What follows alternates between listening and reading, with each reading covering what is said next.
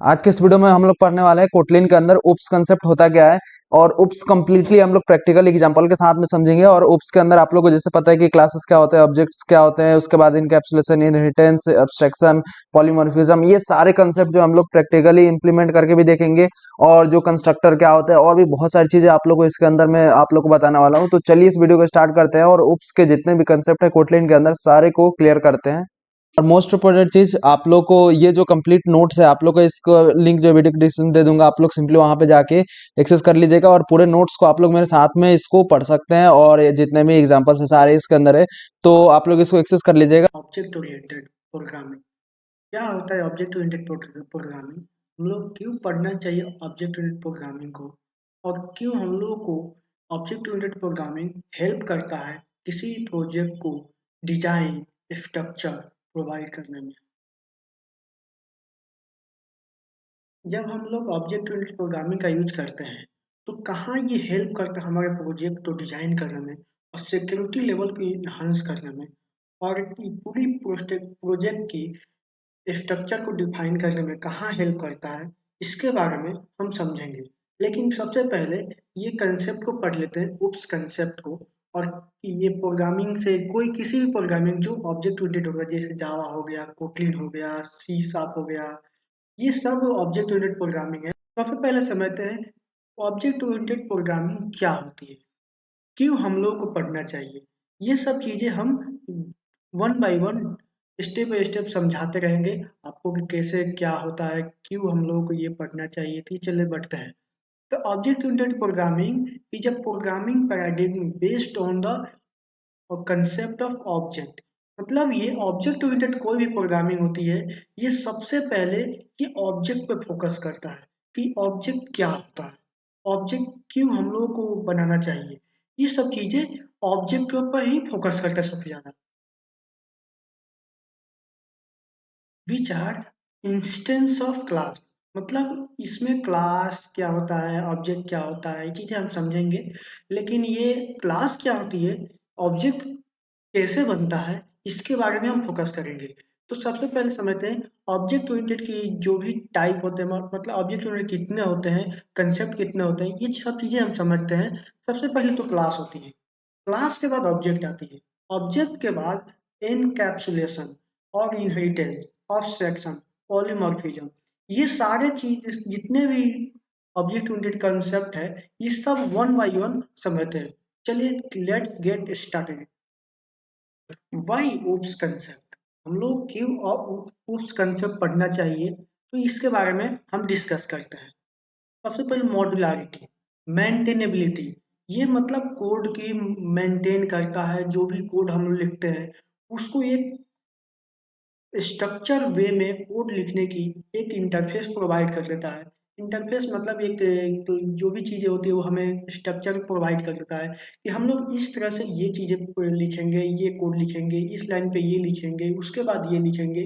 ये सब सारी सारी चीज़ें समझा देता है, बता देता है ऑब्जेक्ट ओरिएंटेड प्रोग्रामिंग। तो कोड इज ए, तो सबसे पहले समझते हैं code is a split into self content object classes making it easier to find. मतलब ये ये अच्छे से हम लोगों को इस तरह से स्ट्रक्चर वे में कोड लिखने की अनुमति देता है कि हम जो भी चीज़ें एरर होती है वो सारी चीज़ें हम आसानी से फाइंड कर सकते हैं और फिक्स भी कर सकते हैं, अपडेट भी कर सकते हैं उस पार्ट को, एक जो पार्ट में एरर आती है, without breaking the whole system, मतलब without breaking the all over the code. और उस लाइन को हम लोग बस फिक्स कर देंगे तो हमारी जो भी चीज़ें होंगी वो चलना शुरू हो जाएगा। मतलब इस तरह से कि जो भी फिक्स होगा अपडेट हो सकता है आसानी से। मतलब ओवरऑल हम लोग कोड को मेंटेन कर पाएंगे।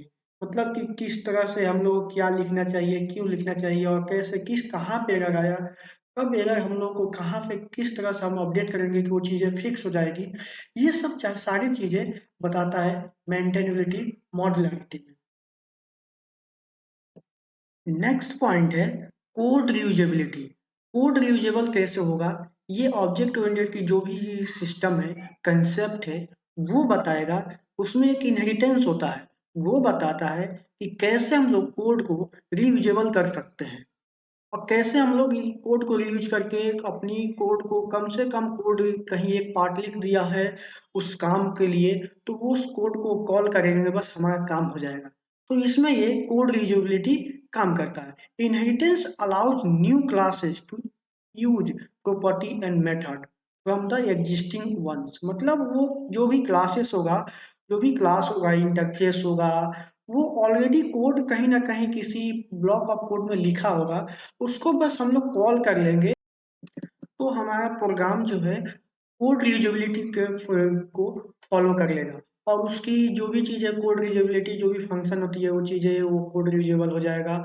और रिड्यूस डुप्लीकेशन मतलब जो एक प्रोजेक्ट में मल्टीपल लाइंस मतलब एक ही काम के लिए मल्टीपल कोड होते हैं, उसको रिड्यूस कर देगा और प्रोजेक्ट की साइज को रिड्यूस कर देगा। इस तरह से हमारी प्रोजेक्ट की परफॉर्मेंस बढ़ जाएगी। और ड्राइव प्रिंसिपल क्या होता है?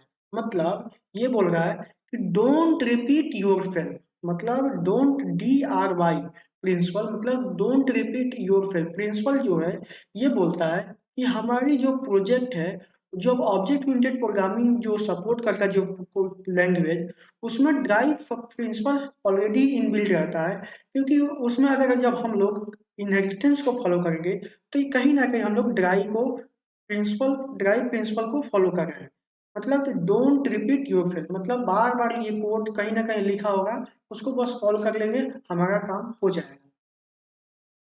नेक्स्ट पॉइंट है अब्स्ट्रैक्शन। अब्स्ट्रैक्शन क्या होता है इसके बारे में समझते हैं। सबसे पहले अब्स्ट्रैक्शन समझ लेते हैं। अब्स्ट्रैक्शन मतलब कि कुछ चीजें अब्स्ट्रैक्ट वे में, जैसे भावना, जैसे हम लोग अब्स्ट्रैक्ट नाउन पढ़े होंगे, जैसे अब्स्ट्रैक्ट भावनाओं के बारे में, जैसे वो जो दिखता नहीं है, बस हम लोग महसूस कर सकते हैं और इंटरेक्ट कर सकते हैं कि भावनाओं कैसे होती है, कैसे लोगों की भावना होती है। इस तरह से हम लोग समझ लेते हैं। तो अब्स्ट्रैक्शन ये ऐसा ही होता है ऑब्जेक्ट ओरिएंटेड में। Hiding a complex internal detail, मतलब कि हम क्या सोच रहे हैं, हमारी भावना क्या है, ये सब चीजें इसमें ये चलती है। और अब्स्ट्रैक्शन मतलब इस तरह से ये इसमें जैसे कुछ चीजें डिटेल्स को हाइड कर देते हैं, मतलब कि जो हम लोग जैसा हमारा थिंकिंग होता है, वो कुछ भावनाओं के ऊपर डिपेंड करता है कि हम लोग क्या सोच रहे हैं, हमारी भावना क्या है। इस तरह से हम लोग इस तरह से हम लोग ऑब्जेक्शन में समझते हैं और उस कंसेप्ट में। और letting no developer interact with object through simple interface, मतलब कि सिंपल इंटरफेस ऑलरेडी डेवलपर जानते हैं कि हाँ, कि ऑब्जेक्ट जो सिंपल इंटरफेस से इंटरेक्ट होगा, जो यूजर इंटरेक्ट करेगा, लाइक जैसे हम लोग अपने घरों में पंखा, टीवी, लाइट ये सब जलता है, लेकिन हम बिना जाने हुए कि वायर कहाँ से आई, कैसे आई, कहाँ है वायर, हम लोग इस सब चीज़ों को चला लेते हैं। इस तरह से एब्स्ट्रैक्शन ऑब्जेक्ट ओरिएंटेड प्रोग्रामिंग में काम करती रहती है। मतलब कुछ डिटेल्स को हाइड करते हैं, कुछ दिखाते हैं, कुछ नहीं दिखाते हैं। मतलब कि इंटरनल डिटेल्स को हम लोग एक्चुअली हाइड कर देते हैं। चलिए बढ़ते हैं नेक्स्ट पॉइंट की तरफ। सिक्योरिटी। सिक्योरिटी क्या होता है? जैसे हम लोग कोई भी कंपनी के आगे कोई भी इम्पोर्टेंट चीजें होती है, कोई कॉलेज हो गया या कोई घर हो गया, जो बंगला हो गया, उसके सामने एक सिक्योरिटी लगा देते हैं। और कुछ अंदर भी सिक्योरिटी होते हैं जो अंदर की चीजों को देखभाल करते हैं। उसी तरह एनकैप्सुलेशन जो ऑब्जेक्ट ओरिएंटेड कंसेप्ट होती है, ऑब्जेक्ट ओरिएंटेड प्रोग्रामिंग होती है, उसी तरह ये काम करता है। कुछ चीजें डिटेल्स को हाइड किया जाता है, मतलब कि कुछ गेट पर भी कम कम सिक्योरिटी रहेगी, लेकिन उसके अंदर कुछ सिक्योरिटी रहती है जो सबसे ज्यादा सिक्योरिटी रहती है। मतलब फर्स्ट लेयर गेट का होता है, सेकेंड लेयर और कुछ इंटरनल लेयरिंग जो होती है, जो दरवाजे हो गए, इस तरह से सिक्योरिटी होती है। लेकिन इसमें भी ऑब्जेक्ट ओरिएंटेड प्रोग्रामिंग में भी कुछ सिक्योरिटी लेवल होते हैं, जैसे कुछ डेटा को हाइड कर, मतलब कि हाइड कर देता है, कुछ छुपा लेता है जो दिखता नहीं है। उसी तरह जैसे encapsulation protect on objects data allowing only specific method, मतलब कि जो उसमें कुछ चीजें, मतलब जैसे घर बंगला के अंदर कोई सिक्योरिटी जो राजा के साथ भी काम करते हैं, कुछ राजा के हेल्प करते हैं, जैसे उसी तरह से इसमें कुछ मेथड होते हैं जो कुछ हेल्प करते हैं, और उन्हीं को ये जो प्रॉपर्टी होती है अलाउ करता है, एक्सेस करने को देता है और चेंज करने के लिए भी अनुमति देता है। प्रिवेंटिंग एक्सीडेंटल करप्शन, मतलब ये नेक्स्ट पॉइंट है फ्लेक्सिबिलिटी। फ्लेक्सिबिलिटी में जिसमें polymorphism allows to different objects to be treated as common type, मतलब इसमें जितने भी ऑब्जेक्ट क्लास के बनते हैं पॉलीमॉर्फिज्म में और बेस क्लास में जितने भी प्रॉपर्टीज होती है, ये जो कॉमन टाइप की तरह ट्रीट करता है और इनेबल करता है फ्लेक्सिबिलिटी। और जेनेरिक कोड मतलब बेस क्लास में जितने भी प्रॉपर्टीज आई है चाइल्ड क्लास में, वो सारे जेनेरिक मतलब जनरेशन से मिला है, उस तरह से ये ट्रीट करता है। That's all about it.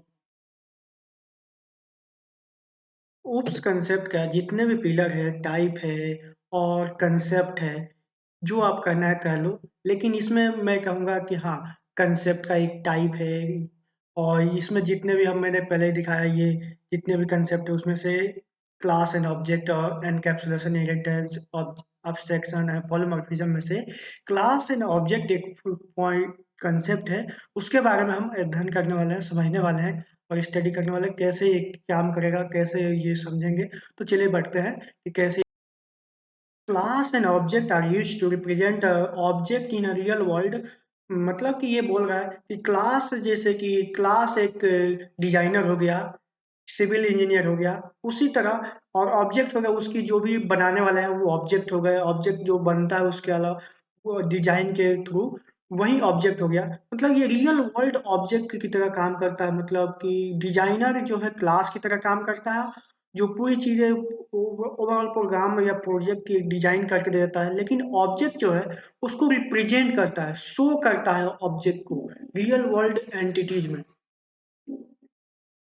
Next पढ़ते हैं, नेक्स्ट समझते हैं। क्लास इन ब्लूप्रिंट, मतलब कि क्लास एक जैसे ब्लूप्रिंट की जैसे डिजाइनर एक है, वो ब्लूप्रिंट क्रिएट करके बना के दे देता है और डेवलपर या उसको बनाने वाले मिस्त्री है उसको बनाते जाते हैं, वो ऑब्जेक्ट में कन्वर्ट करते जाते हैं। मतलब कि एक ब्लूप्रिंट है क्लास और उसको ऑब्जेक्ट में कन्वर्ट करने के लिए मिस्त्री आते हैं। वो मतलब class is a blueprint for creating object, मतलब क्लास एक ऐसा है जो एक ब्लूप्रिंट की तरह काम करता है किसी भी ऑब्जेक्ट को बनाने के लिए।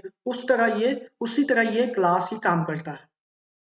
नेक्स्ट समझते हैं object. An object is an instance of a class, मतलब कि क्लास जो ऑब्जेक्ट जो है क्लास का एक इंस्टेंस है, मतलब एक रेफरेंस है वो, और एक किसी तरह की एक समझ लेते हैं कि रेफरेंस मतलब उसको पॉइंट करने वाला क्लास को एक ऑब्जेक्ट हो गया उसी तरह। और its own state and behaviour, मतलब जितने भी ऑब्जेक्ट बनेंगे उस क्लास की, उसके खुद का स्टेट होगा, बिहेवियर होगा, जितने भी चीजें होंगे वो खुद का बिहेवियर करे शो करेगा। और you can create multiple object from a same class, मतलब आप जितने भी ऑब्जेक्ट क्रिएट कर मल्टीपल ऑब्जेक्ट क्रिएट कर सकते हैं एक क्लास की। जे- जैसे एक डिजाइनर हो गया, वो एक डिजाइन बना के दे दिया, उससे जितने भी हम चाहे घर बनाना चाहे घर बना सकते हैं। सिविल इंजीनियर हो गया, जितने भी मतलब एक डिजाइन करके दे दिया, जितने भी घर बनाना चाहे बना सकते हैं उसे। उसी तरह एक क्लास जो हो गया, मतलब क्लास हो गया ऑब्जेक्ट के लिए ब्लूप्रिंट की तरह काम करता है। और object is instance of class, मतलब उसका एक रेफरेंस है और एक उसी हूबहू उससे बनने वाला एक ऑब्जेक्ट है, क्लास के रेफरेंस से इंस्टेंस से बनने वाला है। और each with own unique state, मतलब जितने भी ऑब्जेक्ट होंगे उसका एक यूनिक स्टेट होगा, एक बिहेवियर होगा। और समझते हैं कि ये क्लास प्रोग्राम कैसे बनाते हैं उस क्लास और ऑब्जेक्ट बना करके। मतलब एक सबसे पहले समझते हैं क्लास क्या होता है। क्लास मतलब कि क्लास एक कीवर्ड की तरह हम क्लास के बनाएंगे, क्लास कीवर्ड यूज करके और एक नाम दे देंगे, जैसे कार हो गया, कार का एक नाम दे मतलब कार हो गया। और ये बेस क्लास की तरह ये आगे समझेंगे कैसे बेस क्लास होता है, चाइल्ड क्लास होता है, ये सब चीजें समझेंगे। मतलब जैसे एक आप समझ आते हैं, कार जो हो गया उसकी कुछ किसी ब्रांड का होगा, किसी ईयर में लिए होंगे, उसका मॉडल होगा। उस हर एक ऑब्जेक्ट के पास एक कुछ ना कुछ प्रॉपर्टीज होती है, उससे यूज करके हम एक क्लास बनाते हैं।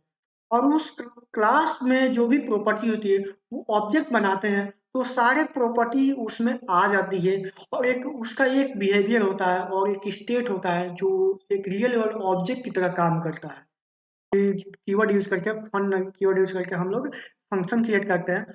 और ये जो है एक रिटर्न टाइप इसको डिफाइन कर देते हैं कि हाँ ये क्या रिटर्न करेगा, मतलब ये एक स्ट्रिंग टाइप का रिटर्न करेगा।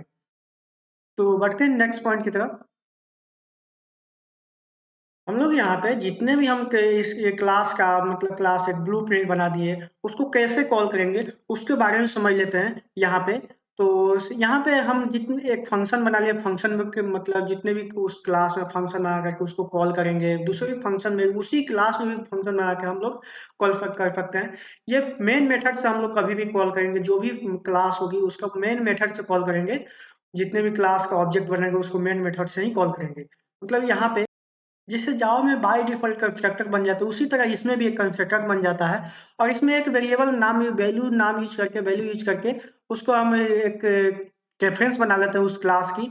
और जितने भी क्लास में प्रॉपर्टीज़ है, ब्रांड, मॉडल, ईयर, उस सारे प्रॉपर्टीज़ को हम एक्सेस करेंगे माई कार के नाम से। और इसमें असाइन करें टोयोटा, मतलब ब्रांड हो गया टोयोटा, और मॉडल हो गया कैमरी, एंड कौन से ईयर में लिए हैं वो भी असाइन कर दिया। और उसको जितने भी उस इंफॉर्मेशन को हमने ऐड किया है उस क्लास के जितने प्रॉपर्टी में, वो सारे क्लास की प्रॉपर्टी से हम एक्सेस कर लेंगे इस गेट इन्फो मेथड से। जैसे यहाँ पे ऑलरेडी गेट इन्फो मेथड बना हुआ है। इस तो बढ़ते हैं प्रैक्टिकल की तरफ। प्रैक्टिकल कैसे करेंगे हम लोग? ऑनलाइन कोटलिन कंपाइलर जो खुद कंपनी ने बना कर दिया है, कोटलिन के जेट ब्रेन्स ने, उसको हम यूज करके हम कंपाइल करेंगे। और बाद में जब जरूरत पड़ेगी तो उस समय हम लोग एंड्रॉयड स्टूडियो का यूज कर लेंगे या इंटेलिजे आईडी को भी यूज कर लेंगे। लेकिन अभी तो हम लोग कॉन्सेप्ट समझ रहे हैं, तो हम लोग ये ऑनलाइन कंपाइलर का यूज कर लेते हैं, ताकि आप लोग को मतलब हर कोई के पास एंड्रॉयड स्टूडियो नहीं होगा। ऑनलाइन कंपाइलर सब कोई के पास अवेलेबल हो जाएगा, इसलिए मैं उस कंपाइलर ऑनलाइन कंपाइलर का यूज करके हम समझाएंगे कि हाँ, ये कैसे प्रोग्राम को रन करेंगे। तो यहाँ पे हमारा प्रोग्राम ऑलरेडी कुछ मैं लिख दिया हूँ। तो आप लोगों को मैं समझा देता हूँ कैसे ये एक ऑब्जेक्ट ओरिएंटेड प्रोग्रामिंग काम करता है। तो इसको बस आप समझा देता हूँ, आप लोग समझिए। लेकिन हाँ, इस पर उतना ध्यान मत दीजिएगा क्योंकि अभी कंसेप्ट बाकी है। बस मैं क्लास और ऑब्जेक्ट के बारे में समझाना चाहता हूँ यहाँ पे। तो आप लोग यहाँ पे समझ लीजिएगा कि क्लास एंड ऑब्जेक्ट क्या होता है। तो यहाँ पे हमने सबसे पहले एक क्लास बनाया, यहाँ पे क्लास कीवर्ड यूज करके क्लास। और यहाँ पे जो भी प्रॉपर्टीज है, डेटा टाइप है, उसको डिफाइन कर दिया मैंने। और इनिशियलाइज कर दिया, मस्ट बी इनिशियलाइज, यहाँ पे इनिशियलाइज भी कर दिया। क्योंकि ये कोई इंटरफेस नहीं है यहाँ पे, ये बस ये अभी हमारा कोई एक सिंपल क्लास है, रॉ क्लास है। और ब्लू प्रिंट है, क्लास ऑफ ब्लू प्रिंट। और जो यहाँ पे यूज करेंगे हम, और यहाँ पे एक मेथड बना दिया फन कीवर्ड यूज करके। और यहाँ पे रिटर्न टाइप क्या दिया है मैंने? स्ट्रिंग दिया है। और यहाँ पे स्ट्रिंग के फॉर्मेट में यहाँ एडवांस स्ट्रिंग का जो भी चीजें होता है वहाँ पे यूज करके, और कुछ कीवर्ड यूज करके, मतलब यहाँ पे back slash an escape sequence character इस यूज करके मैंने ये कोड को यहाँ पे लिख दिया है। और ये स्ट्रिंग रिटर्न करेगा। और यहाँ पे जब यहाँ पे मैंने ये पूरे क्लास को टेम्पलेट बना दिया, मतलब यहाँ पे प्रॉपर्टीज ये हो गया, और यहाँ पे मेंबर फंक्शन हो गया, मतलब मेथड हो गया। और इसको मैं क्लास का ऑब्जेक्ट बनाऊंगा, कैसे कॉल करेंगे ये मैं समझाता हूँ। कि हाँ, यहाँ पे कुछ प्रॉपर्टी हो जाएगी, यहाँ पे कुछ अपने हिसाब से कुछ स्ट्रिंग असाइन कर पाएंगे, और कुछ चीजें हम उसको गेट कर पाएंगे। कैसे हम लोग गेट करते हैं ये चीजें भी हम फॉलो करते हुए समझाता हूँ। और यहाँ पे हमने क्लास की ऑब्जेक्ट बना दिया। यहाँ पे बस यहाँ पे न्यू कीवर्ड की जरूरत नहीं पड़ती, यहाँ पे डिफॉल्ट कंस्ट्रक्टर क्लास की कॉल हो जाती है। और यहाँ पे कॉल होने के बाद यहाँ पे वैल की कीवर्ड वैल जो डेटा टाइप है, यहाँ पे मैंने इसको कैच कर लिया माई कार वेरिएबल बना करके। वेरिएबल ये एक्चुअली ये रेफरेंस है। रेफरेंस मतलब किसी क्लास का ऑब्जेक्ट भी बोलते हैं, लेकिन एक्चुअली हम बोलेंगे रेफरेंस है। ऑब्जेक्ट तो ये है। यहाँ पे एक ऑब्जेक्ट ऑब्जेक्ट बनाते हैं, जैसे जावा में आप लोगों को सीखा होगा कि हाँ, न्यू कीवर्ड्स ऑब्जेक्ट बनाते हैं, उसके पहले का जो भी एक रेफरेंस होता है। लेकिन कुछ लोग मान लेते हैं इसको ऑब्जेक्ट। लेकिन हाँ, आप लोग ऑब्जेक्ट बोलते हैं, कोई गलती नहीं है। लेकिन हाँ, क्योंकि वो ऑब्जेक्ट के बदले तो ये रेफरेंस है, तो इसको ऑब्जेक्ट भी बोल सकते हैं। लेकिन हम बोलते हैं, एक प्रोग्रामर बोलेगा जब वो किसी चीज को पॉइंट करेगा तो उसको रेफरेंस ही बोलेगा। जैसे मैंने इस क्लास की प्रॉपर्टी को मैंने रेफर कर रहा हूँ इस क्लास की रेफरेंस के थ्रू, इसको ऑब्जेक्ट भी बोल सकते हैं। और ये डॉट ब्रांड, और कुछ हमने कुछ नाम है, टोयोटा नाम है, जैसे ब्रांड हो गया, कार की ब्रांड हो गया, वो हमने असाइन कर दिया। और यहाँ पे मॉडल हो गया, कैमरी हो गया, और कौन से ईयर में ये खरीदा गया है, मतलब लॉन्च हुआ है, इसको मैंने ये असाइन कर दिया। और यहाँ पे जो इन्फो जो ऑब्जेक्ट में जो इन्फॉर्मेशन है, यहाँ पे मैंने ऑलरेडी इसमें जो भी चीज़ें हैं ये रिटर्न करवा रहा हूँ। तो यहाँ पे फंक्शन के थ्रू, तो यहाँ पे my car dot gate info से हम प्रिंट कर देंगे। तो यहाँ पे मैं अपने प्रोग्राम को रन कर लेता हूँ। तो रन करने के बाद देखते हैं यहाँ पे आउटपुट क्या आता है। तो यहाँ पे ब्रांड टोयोटा आ गया, मॉडल कैमरी आ गया, कौन से ईयर में ये बना है, ये 2025 में बना है। इस तरह से हमने यहाँ पे असाइन करके और ऑब्जेक्ट को एक्सेस करेंगे। ऑब्जेक्ट के जितने भी फंक्शन मेथड है और ब्रांड है, मतलब प्रॉपर्टीज है, ये सबको हम एक्सेस करेंगे। इस तरह से हम लोग एक्सेस करेंगे जो भी चीज़ें हैं। तो बढ़ते हैं नेक्स्ट पॉइंट की तरफ, आप समझते हैं। नेक्स्ट पॉइंट है कोटलिन नेस्टेड क्लास और इनर क्लास। मतलब इनर क्लास क्या होता है, नेस्टेड क्लास क्या होता है, इसके बारे में समझने वाले हैं। मतलब in Kotlin you can define a class inside another class. मतलब एक क्लास के अंदर दूसरा क्लास आप डिफाइन कर सकते हैं। Such as classes are categorize in either nested class और इनर क्लास। मतलब कि एक क्लास के अंदर दूसरा क्लास हम डिफाइन कर रहे हैं तो दो तरह के ही हो सकते हैं, नेस्टेड क्लास होते हैं या इनर क्लास हो सकते हैं। Each with different behaviour access. मतलब नेस्टेड क्लास और इनर क्लास के डिफरेंट डिफरेंट बिहेवियर होंगे और एक्सेस रूल भी डिफरेंट होंगे। Nested class and inner class, मतलब इसके बारे में हम समझते हैं। तो सबसे पहले अभी समझते हैं हम नेस्टेड क्लास क्या होता है और नेस्टेड क्लास के बारे में समझेंगे। तो यहाँ पे nested class is a class declare inside another class without the inner keyword. मतलब नेस्टेड क्लास जो है, हम एक क्लास का दूसरा क्लास डिफाइन कर देंगे विदाउट इनर कीवर्ड। जैसे बाहर की क्लास, आउटर क्लास जो है, हम बिना कीवर्ड इनर कीवर्ड के हम डिफाइन कर, मतलब नॉर्मली जो क्लास बाहर की क्लास होगी उसी के जैसा अंदर की क्लास होगा, जो उसका नाम है नेस्टेड क्लास। मतलब ऐसे समझते हैं, लेकिन ऐसा नहीं है। वो नेस्टेड मतलब एक क्लास के अंदर दूसरा क्लास हमने डिफाइन किया तो नेस्टेड क्लास बन जाता है और बाहर वाला आउटर क्लास बन जाता है। जब हम कीवर्ड इनर लगा देंगे, इनर क्लास के अंदर मतलब इंटरनल क्लास, मतलब एक क्लास के अंदर दूसरे क्लास के अंदर जो है, एक क्लास दूसरे क्लास के अंदर है, तो उस क्लास में अगर हम इनर कीवर्ड लगा देते हैं तो इनर क्लास हो गया। और इनर कीवर्ड नहीं लगाते हैं तो वो नेस्टेड क्लास हो गया। तो समझते हैं, अपने बढ़ते हैं प्रैक्टिकल की तरफ, कैसे ये एक्सेस करेंगे, कैसे हम नेस्टेड क्लास को डिफाइन करें, तो इसके बारे में हम समझते हैं। नेक्स्ट पॉइंट है, समझते हैं कि नेस्टेड क्लास को कैसे एक्सेस करेंगे। Accessing nested class. तो यहाँ पे समझते हैं नेस्टेड क्लास हम डायरेक्ट एक्सेस नहीं करते। मतलब nested class can't access member of the outer class. मतलब वो एक्सेस नहीं है, but we can access the property of the nested class from the outer class without creating an object for nested class. मतलब हम लोग बिना object create किए हुए, मतलब आउटर क्लास की, हम लोग नेस्टेड क्लास को एक्सेस कर सकते हैं। इस तरह से इसमें बोल रहे हैं। और चलिए हम समझते हैं प्रैक्टिकल की तरफ, कैसे हम लोग नेस्टेड क्लास को एक्सेस कर लेंगे, इसके बारे में समझते हैं। तो यहाँ पे हमने ऑलरेडी कोड लिख दिया है कि इंजन, मतलब कि कैसे नेस्टेड क्लास होता है और आउटर क्लास होता है, और इसके बारे में हम समझते हैं। तो यहाँ पे आउटर क्लास हो गया इंजन, और मतलब एक इंजन हो गया, कुछ उसमें के स्पेसेस होंगे, उसके कुछ फंक्शनैलिटी होगा।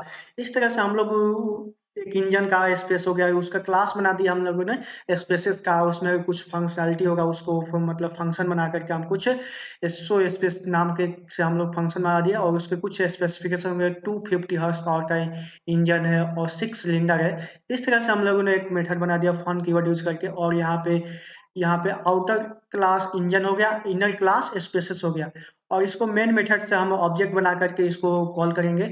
इंजन की रेफरेंस यूज करके स्पेस क्लास की ऑब्जेक्ट बना करके हम लोग यहाँ पे स्पेस, यहाँ पर रेफरेंस बनाकर इसके रेफरेंस के थ्रू हम इसके फंक्शंस को, मेथड को हम यहाँ पे एक्सेस करेंगे और प्रिंट करेंगे। तो यहाँ पे ऑलरेडी यहाँ पे प्रिंट होगा कुछ चीज़ें। तो यहाँ पे हम लोगों ने यहाँ पे ये कॉल करिए और रन करके देखते हैं कैसे ये प्रिंट करता है। यहाँ पे ये प्रिंट करेगा कि हाँ, ये 250 हॉर्स पावर सिलेंडर है और 6 सिलेंडर है। मतलब इस तरह से हम रन करेंगे, रन करके हम समझते हैं। तो यहाँ पे देखिए ये प्रिंट हो गया 250 हॉर्स पावर और 6 सिलेंडर। इस तरह से हमारा आउटपुट जनरेट होगा इनर क्लास और आउटर क्लास की जो कॉम्बिनेशन है। इस तरह से मल्टीपल एक इंजन की स्पेसिफिकेशन हो सकती है। और एक इंजन जो है आउटर क्लास हो गया, जैसे जो दिखता है वो आउटर क्लास हो गया, और जो उसके बहुत सारे फंक्शनैलिटी होती है, स्पेसिफिकेशन हो गया, कुछ स्टार्ट हो गया, इस तरह से ये बहुत सारे फंक्शनैलिटी हो गया। और इस तरह से हम लोग इसको यूज करेंगे, और इस तरह से हम लोग इनर क्लास आउटर क्लास को हम लोग कॉल करेंगे। और आउटपुट जनरेट करेंगे। बढ़ते हैं नेक्स्ट पॉइंट की तरफ। यहाँ पे इनर क्लास भी नेस्टेड क्लास होता है, क्योंकि यहाँ पे जब just keyword inner keyword use करके हम लोग नेस्टेड क्लास को इनर क्लास में चेंज कर लेते हैं। तो यहाँ पे समझते हैं एन इनर क्लास ये nested class marked with inner keyword, मतलब कि इनर कीवर्ड जिसे हम लगाते हैं वहां पे वो नेस्टेड क्लास बन जाता है इनर क्लास। तो यहाँ पे समझते हैं कि कैसे उसकी प्रॉपर्टी आउटर क्लास की प्रॉपर्टी एक्सेस करेंगे इनर क्लास के थ्रू। तो समझते हैं, तो बढ़ते हैं अपने प्रैक्टिकल की तरफ। यहाँ पे हम लोग समझते हैं कि कैसे आउटर क्लास और इनर क्लास काम करता है, और कैसे हम लोग आउटर क्लास और इनर क्लास की प्रॉपर्टी एक्सेस कर सकते हैं थ्रू ऑब्जेक्ट, और कैसे हम लोग आउटर क्लास के ऑब्जेक्ट बनाएंगे, उस ऑब्जेक्ट से कैसे इनर क्लास के ऑब्जेक्ट को कॉल करेंगे, एक्सेस करेंगे, इसके बारे में समझते हैं। तो यहाँ पे हमने पहले आउटर क्लास बना दिया और एक प्रॉपर्टी डिफाइन कर दिया। प्रॉपर्टी डिफाइन करने के बाद यहाँ पे हमने एक इनर क्लास भी बनाया है जो फंक्शन शो मैसेज, जो मैसेज जो होगा वो शो करेगा। तो यहाँ पे आउटर क्लास की प्रॉपर्टी है जो मैसेज है उसको हम एक्सेस करेंगे यहाँ पे। और एक्सेस करने के बाद एक्सेस करते हैं और इस यहाँ पे हम लोग मेन फंक्शन की तरफ आ जाते हैं, मेन मेथड की तरफ। वैल्यू आउटर क्लास जो है, यहाँ पे आउटर क्लास के ऑब्जेक्ट बना दिया है, यहाँ पे रेफरेंस बनाया है, और इस रेफरेंस के थ्रू इनर क्लास की ऑब्जेक्ट बना करके हम लोग उसको एक्सेस करेंगे। और इनर क्लास वैल्यू में इनर क्लास के रेफरेंस बना दिया। इनर क्लास के रेफरेंस से हम लोग उसके मेथड को कॉल करेंगे, जितने भी मेथड होंगे उसको हम कॉल करेंगे और प्रिंट करेंगे क्या चीज़ें कैसे होती है। तो यहाँ पे जो हम रन करके तो यहाँ पे रन करने के बाद हमें देखते हैं कि आउटपुट शो होता है। तो यहाँ पे आउटपुट देखना कि आउटर क्लास प्रॉपर्टी, तो यहाँ पे आउटर क्लास प्रॉपर्टी शो हो गया। इस तरह से हम इनर क्लास आउटर क्लास की जो भी प्रॉपर्टी है, डेटा है, फंक्शन है, इस तरह से हम एक्सेस करेंगे। तो बढ़ते हैं नेक्स्ट पॉइंट की तरफ। तो समझते हैं यहाँ पे कि हमारा नेक्स्ट टॉपिक है कोटलिन है में गेटर और सेटर क्या होता है, कैसे ये काम करते हैं, तो इसके बारे में समझते हैं। तो यहाँ पे each property can have getter और सेटर, मतलब जितने भी हम प्रॉपर्टी डिफाइन करेंगे, मतलब कि डेटा टाइप बनाएंगे, मतलब कि डेटा टाइप वेरिएबल बनाएंगे, उसके पास ऑटोमेटिकली जो भी चीज़ें होगी गेटर का सेटर इनिशियलाइज हो जाएगा, बन जाएगा। But generated but can be customize engineer, मतलब हम लोग उसको कस्टमाइज भी कर सकते हैं जब भी हमें ज़रूरत पड़ेगी, उस तरह से हम तो समझते हैं कि कैसे हम लोग डिक्लेयर करेंगे किसी भी कोटली में प्रॉपर्टीज को, और कैसे हम वेरिएबल बनाएंगे, तो इसके बारे में समझते हैं। A property in Kotlin can be declared using either where and val keyword, मतलब हम लोग वेरिएबल बना सकते हैं या वैल्यू डिक्लेयर कर सकते हैं using this keyword var and val. इस कीवर्ड के थ्रू हम लोग किसी भी प्रॉपर्टी को डिक्लेरेशन करेंगे और बनाएंगे, कोई भी डेटा टाइप इनिशियलाइज करेंगे इस तरह से। तो वेर जो म्यूटेबल यहाँ पे बोल रहा है कि वेर म्यूटेबल है, कैन बी रीअसाइन, मतलब वेर वेर जो है हम लोग कभी रीअसाइन भी कर सकते हैं, लेकिन वैल्यू जो है रीड ओनली है। मतलब वैल्यू जो भी डेटा होगा उसमें रीड ओनली हम लोग बस रीड ओनली ही कर सकते हैं। इम्यूटेबल आफ्टर इनिशियलाइजेशन, मतलब कि after initialization we can't change value, मतलब वैल जो है वी कांट चेंज। तो इसके बारे में समझते हैं कि कैसे हम लोग इम्यूटेबल है, म्यूटेबल है, और कैसे कब एरर देगा कब एरर नहीं देगा, इसके बारे में भी समझते हैं।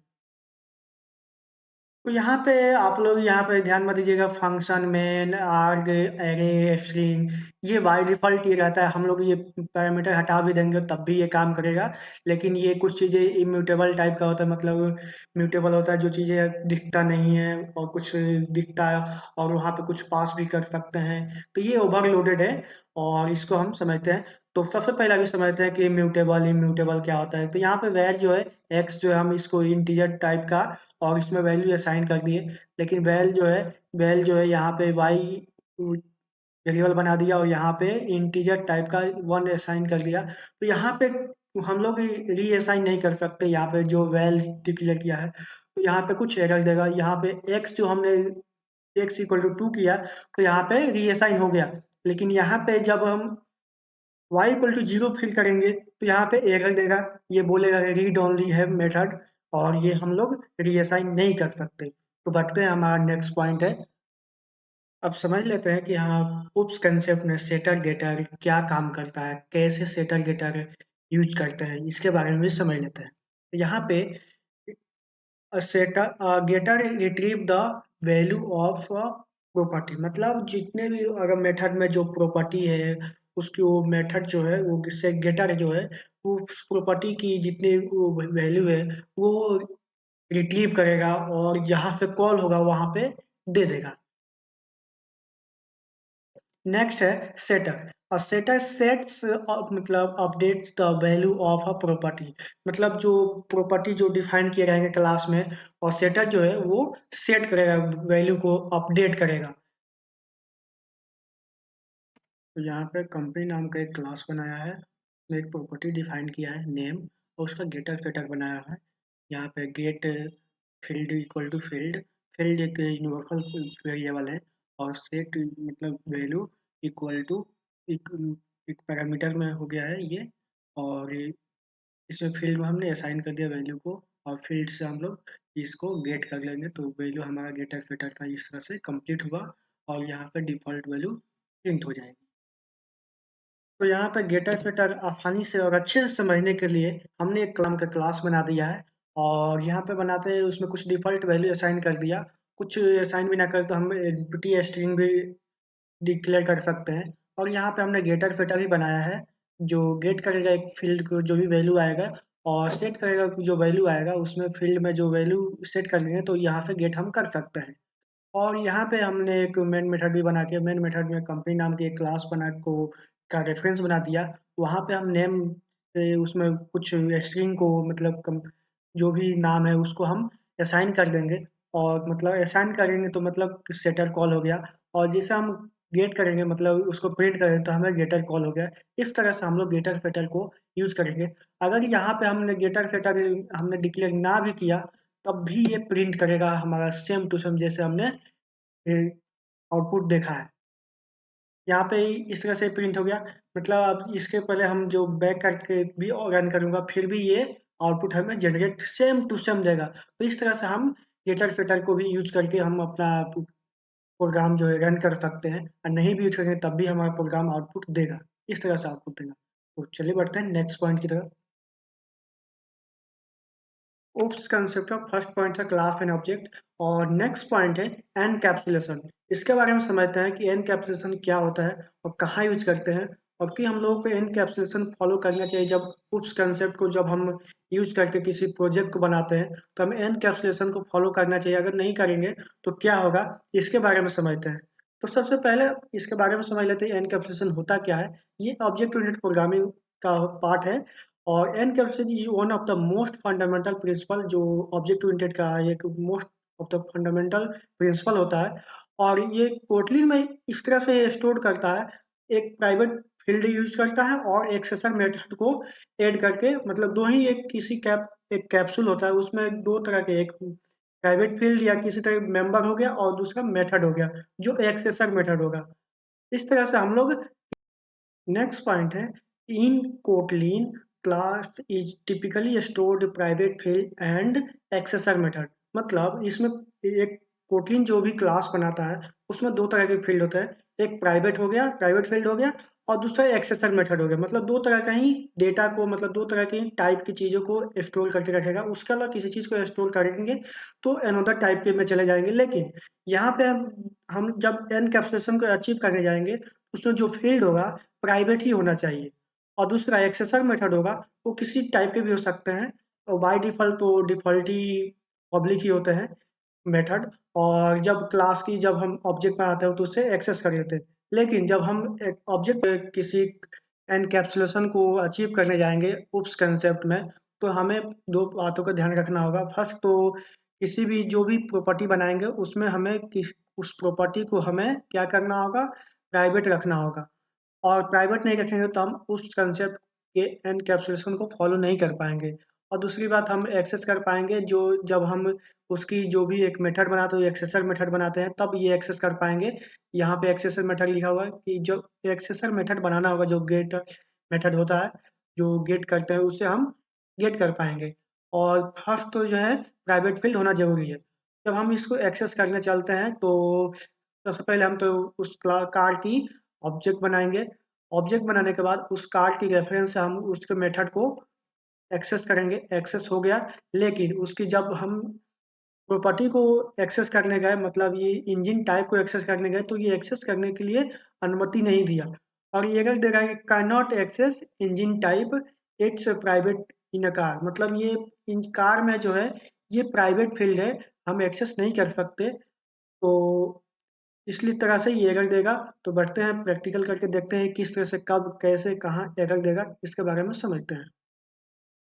तो यहाँ पे हमने कोड ऑलरेडी लिख दिया है और इसके बारे में समझते हैं कैसे ये काम करता है और कैसे हम इंजन टाइप को एक्सेस नहीं कर पाएंगे जब प्राइवेट हम बना देंगे। जब प्राइवेट नहीं रहेगा तो ये एक्सेस कर पाएंगे, और जब एक्सेस करना हो तो हमें क्या करना होगा और किस तरह से हम मेथड के थ्रू एक्सेस कर पाएंगे, इसके बारे में समझते हैं।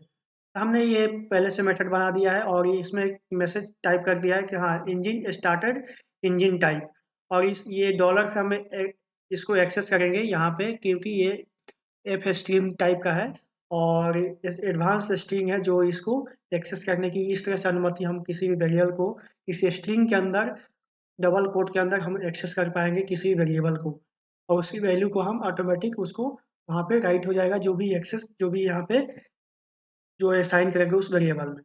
तो यहाँ पे ये समझते हैं कि पहले कि हाँ ये जब हमने इसको कार के ऑब्जेक्ट बना दिया और उसके मेथड को एक्सेस करेंगे तो कोई दिक्कत नहीं हुआ। जब हम इसको इंजन टाइप को एक्सेस करने गए तो वहाँ पे अगर देगा can not access engine type, it's private in car. सबसे पहले इसको रन करके देख लेते हैं, ये प्रॉपरली रन होगा। ये रन हो गया और उसके बाद जब हम इसको इनेबल करता हूँ, कमेंट आउट करता हूँ तो यहाँ पे ये एरर देगा, can not access value engine type string it's is a private in a car, मतलब ये इसमें प्राइवेट है, इस तरह से हम इसलिए एक्सेस नहीं कर पाएंगे। और जब हम इसको प्राइवेट हटा देता हूँ तो इसको एक्सेस कर पाएंगे। ये एक्सेस हो गया। अब समझते हैं कोटलिन कंस्ट्रक्टर क्या होता है। कंस्ट्रक्टर, जब हम लोग किसी तरह की प्रोग्राम बनाएंगे, प्रोजेक्ट बनाएंगे, तो उसमें कंस्ट्रक्टर की जरूरत पड़ेगी। और कितने तरह के कंस्ट्रक्टर होते हैं इसके बारे में समझते हैं। तो सबसे पहले समझ लें कंस्ट्रक्टर क्या होता है। अ constructor is a special member function that automatically called when object of class is created, मतलब जब ये क्लास किसी क्लास का ऑब्जेक्ट बनेगा उसी समय ये कॉल हो जाएगा, ऑटोमेटिक कॉल हो जाएगा, इसमें किसी तरह की जरूरत नहीं पड़ेगी। Its main purpose is to initialize properties और perform setup operation, मतलब इसका मेन पर्पस ये रहेगा कि किसी वैल्यू को इनिशलाइज करें उसी क्लास के अंदर और गेटर फेटर को यूज करें, और और मेन पर्पस रहेगा कि किसी सेटअप ऑपरेशन को परफॉर्म करना होगा। उस तरह से हम किसी क्लास में, किसी कोटलिन के क्लास में हम उसको एक कंस्ट्रक्टर बनाएंगे। और ये किसने कितने तरह का होता है, types of constructor in Kotlin, ये दो तरह के कंस्ट्रक्टर होते हैं, प्राइमरी कंस्ट्रक्टर और सेकेंडरी कंस्ट्रक्टर। इसके बारे में समझते हैं ये, और प्राइमरी कंस्ट्रक्टर क्या होता है। इसमें एक पॉइंट नोट करने की ज़रूरत है कि हम जब कंस्ट्रक्टर बनाएंगे तो क्या कर सकते हैं क्या नहीं कर सकते, इसमें हमें ध्यान रखना होगा। और class can have only one primary constructor but multiple secondary constructor, मतलब इसमें ये बोल रहा है एक क्लास के अंदर मल्टीपल सेकेंडरी कंस्ट्रक्टर हो सकते हैं लेकिन प्राइमरी कंस्ट्रक्टर एक ही होगा, मल्टीपल प्राइमरी कंस्ट्रक्टर नहीं हो सकते। ओनली एक प्राइमरी कंस्ट्रक्टर होगा और मल्टीपल सेकेंडरी कंस्ट्रक्टर होगा। यही ये लाइन बोल रहा है। और ये हमें कंस्ट्रक्टर के जब क्लास की जब हम बनाएंगे और जब उसका ऑब्जेक्ट बनाने जाएंगे और उस समय हमें एक जब कंस्ट्रक्टर बनाएंगे तो उस समय हमें सबसे पहले एक कंस्ट्रक्टर प्राइमरी होगा और दूसरा सेकेंडरी कंस्ट्रक्टर, और मल्टीपल सेकेंडरी कंस्ट्रक्टर हो सकते हैं। समझते हैं प्राइमरी कंस्ट्रक्टर के बारे में। प्राइमरी कंस्ट्रक्टर क्या होता है, कहाँ यूज़ करते हैं और क्यों हम लोगों कोजब प्रोजेक्ट बनाते हैं या कोई कोई भी प्रोग्राम बनाते हैं तो हमें प्राइमरी कंस्ट्रक्टर बनाना क्यों जरूरी पड़ जाता है, तो इसके बारे में हम समझते हैं। The primary constructor is defined directly in the class header after the class name. It में include parameter to initialize property, मतलब जब हम लोग कंस्ट्रक्टर बनाएंगे तो डायरेक्टली हम लोग उसके हेडर में कुछ प्रॉपर्टी डिफाइन कर देंगे। जब ज़रूरत पड़े तो हम उसके पैरामीटर भी इनिशियलाइज़ कर सकते हैं, नहीं भी कर सकते हैं। और उसके बाद हम कुछ वैल्यू जो हम कैलकुलेशन करवा सकते हैं उस क्लास के अंदर। और उसके बाद जब हम क्लास के अंदर वैल्यू कैलकुलेट करवाएंगे, उसमें जब कैलकुलेट करा लेंगे उसके बाद हम इस क्लास को कॉल करेंगे और कॉल करके हम प्रिंट करेंगे कुछ चीज़ें। और हमारा प्राइमरी कंस्ट्रक्टर कैसे बनता है, ये चीज़ है, यही है प्राइमरी कंस्ट्रक्टर। ये दिख रहा है ना, यही मतलब ये प्राइमरी कंस्ट्रक्टर कैसे बना, कि बस इसके पैरामीटर दे करके हेडर हम पास कर सकते हैं, पैरामीटर नहीं भी देंगे तो यह प्राइमरी कंस्ट्रक्टर हो जाएगा। इस तरह से हम प्राइमरी कंस्ट्रक्टर बनाते हैं। तो समझते हैं प्रैक्टिकल थ्रू कैसे ये प्रोग्राम रन कर लेता है, और ये जावा पर डिफरेंट कैसे है, और जावा की तरह कुछ प्रॉपर्टीज कैसे इनहेरिट करता है, इसके बारे में समझते हैं। यहाँ पे हमने प्रोग्राम लिख दिया है पहले ही, और समझाते हैं कैसे रन करके, कैसे 2 पैरामीटर लिया और 3 पैरामीटर भी ले सकता है। मतलब कंस्ट्रक्टर ओवरलोडिंग हो रहा है यहाँ पे। हम 1-2 पैरामीटर भी ले सकते हैं, और यहाँ पे मैं 2 पैरामीटर लिया और कैलकुलेट 2 नंबर का सम करा के हम यहाँ पे सी में स्टोर करवा दिया। और यहाँ पे स्टोर कराने के बाद यहाँ पे मैं कॉल कर लिया इस क्लास की जो मेथड बना करके, और यहाँ पैरामीटर पास कर दिया 2, और इसको कैलकुलेट करवाने के बाद यहाँ पे सी में हमें मिल जाएगा वैल्यू। अगर मैं इसको प्राइवेट कर देता तो ये एक्सेसिबल नहीं होता। अगर मैं इसको प्राइवेट नहीं किया हूँ तो इसलिए एक्सेसिबल है। और मैं इसको रन करके देखता हूँ कैसे ये आउटपुट जनरेट करता है। ये आउटपुट 11 आ जाएगा हमें, the sum of two number is 11। इस तरह से आउटपुट जनरेट होगा। अब समझते हैं सेकेंडरी कंस्ट्रक्टर के बारे में। यहाँ पे मैंने ऑलरेडी कोड लिख दिया सेकेंडरी कंस्ट्रक्टर समझने के लिए। तो यहाँ पे हमने जब प्राइमरी कंस्ट्रक्टर बनाते थे, वहाँ पे इस क्लास के नेम के पैरामीटर पास करते थे, उस समय प्राइमरी कंस्ट्रक्टर बनता था। सेकेंडरी कंस्ट्रक्टर बनाने के लिए हम कंस्ट्रक्टर कीवर्ड का यूज करके हम क्लास के अंदर मल्टीपल कंस्ट्रक्टर बना सकते हैं। जब यहाँ पे 2 पैरामीटर पास करूँगा तो फर्स्ट वाला कंस्ट्रक्टर पास हो जाएगा, सेकंड वाला कॉल हो जाएगा। जब 3 पैरामीटर पास करूँगा तो फर्स्ट वाला कॉल हो जाएगा। इस तरह से सेकेंडरी कंस्ट्रक्टर काम करता है। तो हमारा नेक्स्ट टॉपिक है init block. What is init block? Init block क्या होता है? क्यों हम लोग को इनिट ब्लॉक यूज करते हैं कभी कभी, कभी नहीं करते, और क्यों हम लोग को इनिट ब्लॉक बनाना चाहिए जब हमें प्रोग्राम जब हम बनाते हैं कोई भी प्रोजेक्ट, तो इसके बारे में समझते हैं। तो इन It act as an initializer block where member variable are initialized। मतलब ये बोल रहा है कि जब ये इनिशियलाइज हो जाएगा ब्लॉक, जब मेंबर वेरिएबल जब इनिशियलाइज होगा तब भी ये इनिशियलाइज हो जाएगा। और सेकंड पॉइंट है this block get executed whenever the instance of the class is executed. मतलब जब ये क्लास की जब हम रेफरेंस बनाएंगे, ऑब्जेक्ट बनाएंगे, उसी समय ये इनिशियलाइज हो जाएगा और कॉल हो जाएगा। और थर्ड पॉइंट है there can multiple init block and they are called in the order they are written inside the class. मतलब ये उस ऑर्डर में कॉल होगा जिस ऑर्डर में हमने लिखा हुआ है। और नोट पॉइंट ये है init block are called in the order they appear before the class body executed. मतलब ये जब बॉडी एग्जीक्यूट होने से पहले ये अपीयर हो जाएगा। जब हम कोई भी प्रोग्राम जब किसी भी क्लास के अंदर इनिट ब्लॉक लिखेंगे तो उस वो पहले ही वो कॉल हो जाएगा और रन हो जाएगा। सबसे पहले मैसेज यही दिखाई दे, इनिट ब्लॉक का ही मैसेज दिखाई देगा। और हम लोग इस क्लास के अंदर इनिट कीवर्ड यूज करके हम लोग इसमें कोई भी ब्लॉक बना करके उसमें मैसेज लिखेंगे, और कोई भी हम क्लासेस भी बना सकते हैं उसके अंदर। तो ये रन हो जाएगा और सबसे पहले इसका मैसेज दिखाई देगा। और ये कैसे होता है? और जैसे यहाँ पे हम लोगों ने रेफरेंस बना दिया, ऑब्जेक्ट बनाया और उसको कॉल मतलब प्रिंट कराया, तो ये मैसेज दिखेगा। मैसेज कौन सा दिखेगा? Geek first message, second message दिखेगा, और उसके पहले जितने भी ब्लॉक का मैसेज है ये सबसे पहले दिखेगा। कोटलिन में समझते हैं कि विजिबिलिटी मॉडिफायर क्या होता है। जैसे जावा में किसी अलग प्रोग्राम में एक्सेस मॉडिफायर, एक्सेस स्पेसिफायर पढ़े हैं, इसमें विजिबिलिटी मॉडिफायर होता है। ये कैसे होता है और क्यों हम लोग को इसे पढ़ना चाहिए, और कैसे ये ऑब्जेक्ट ओरिएंटेड प्रोग्रामिंग के लिए बेस्ट होता है, और ये कंसेप्ट में सबसे ज़्यादा यूज होने वाला चीज़ है। अगर यूज नहीं करेंगे तो हमें पता ही नहीं चलेगा कौन सी चीज़ें कहाँ दिख रही है, कब दिख रही है, ये पता ही नहीं चलता। तो हमें इसके पहले सबसे पहले इसके बारे में जानना होगा कि कब, कहाँ, क्यों दिखाना, कौन सी चीज़ें दिखाना है, उसके बारे में समझते हैं। In Kotlin visibility modifier are used control the visibility of the class. मतलब ये कंट्रोल करेगा कि कौन सी मेंबर मेथड, कौन सी फंक्शन और कौन सी प्रॉपर्टीज कहाँ दिखेगा, कहाँ नहीं दिखेगा, इसके बारे में ये कंट्रोल करेगा। पब्लिक शो करेगा विजिबिलिटी एनीवेयर, मतलब ये कहीं भी विजिबल होगा। और प्राइवेट जो होगा visible inside the same class only, मतलब प्राइवेट जो होगा उसी क्लास के अंदर दिखाई देगा। और internal class visible inside the same module, मतलब उसी मॉड्यूल के अंदर दिखाई देगा।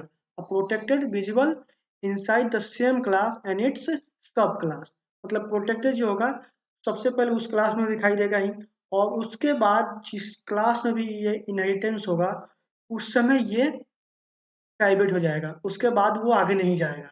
इस तरह से ये हमारा विजिबिलिटी मॉडिफायर काम करता है। तो बढ़ते हैं नेक्स्ट पॉइंट की तरफ।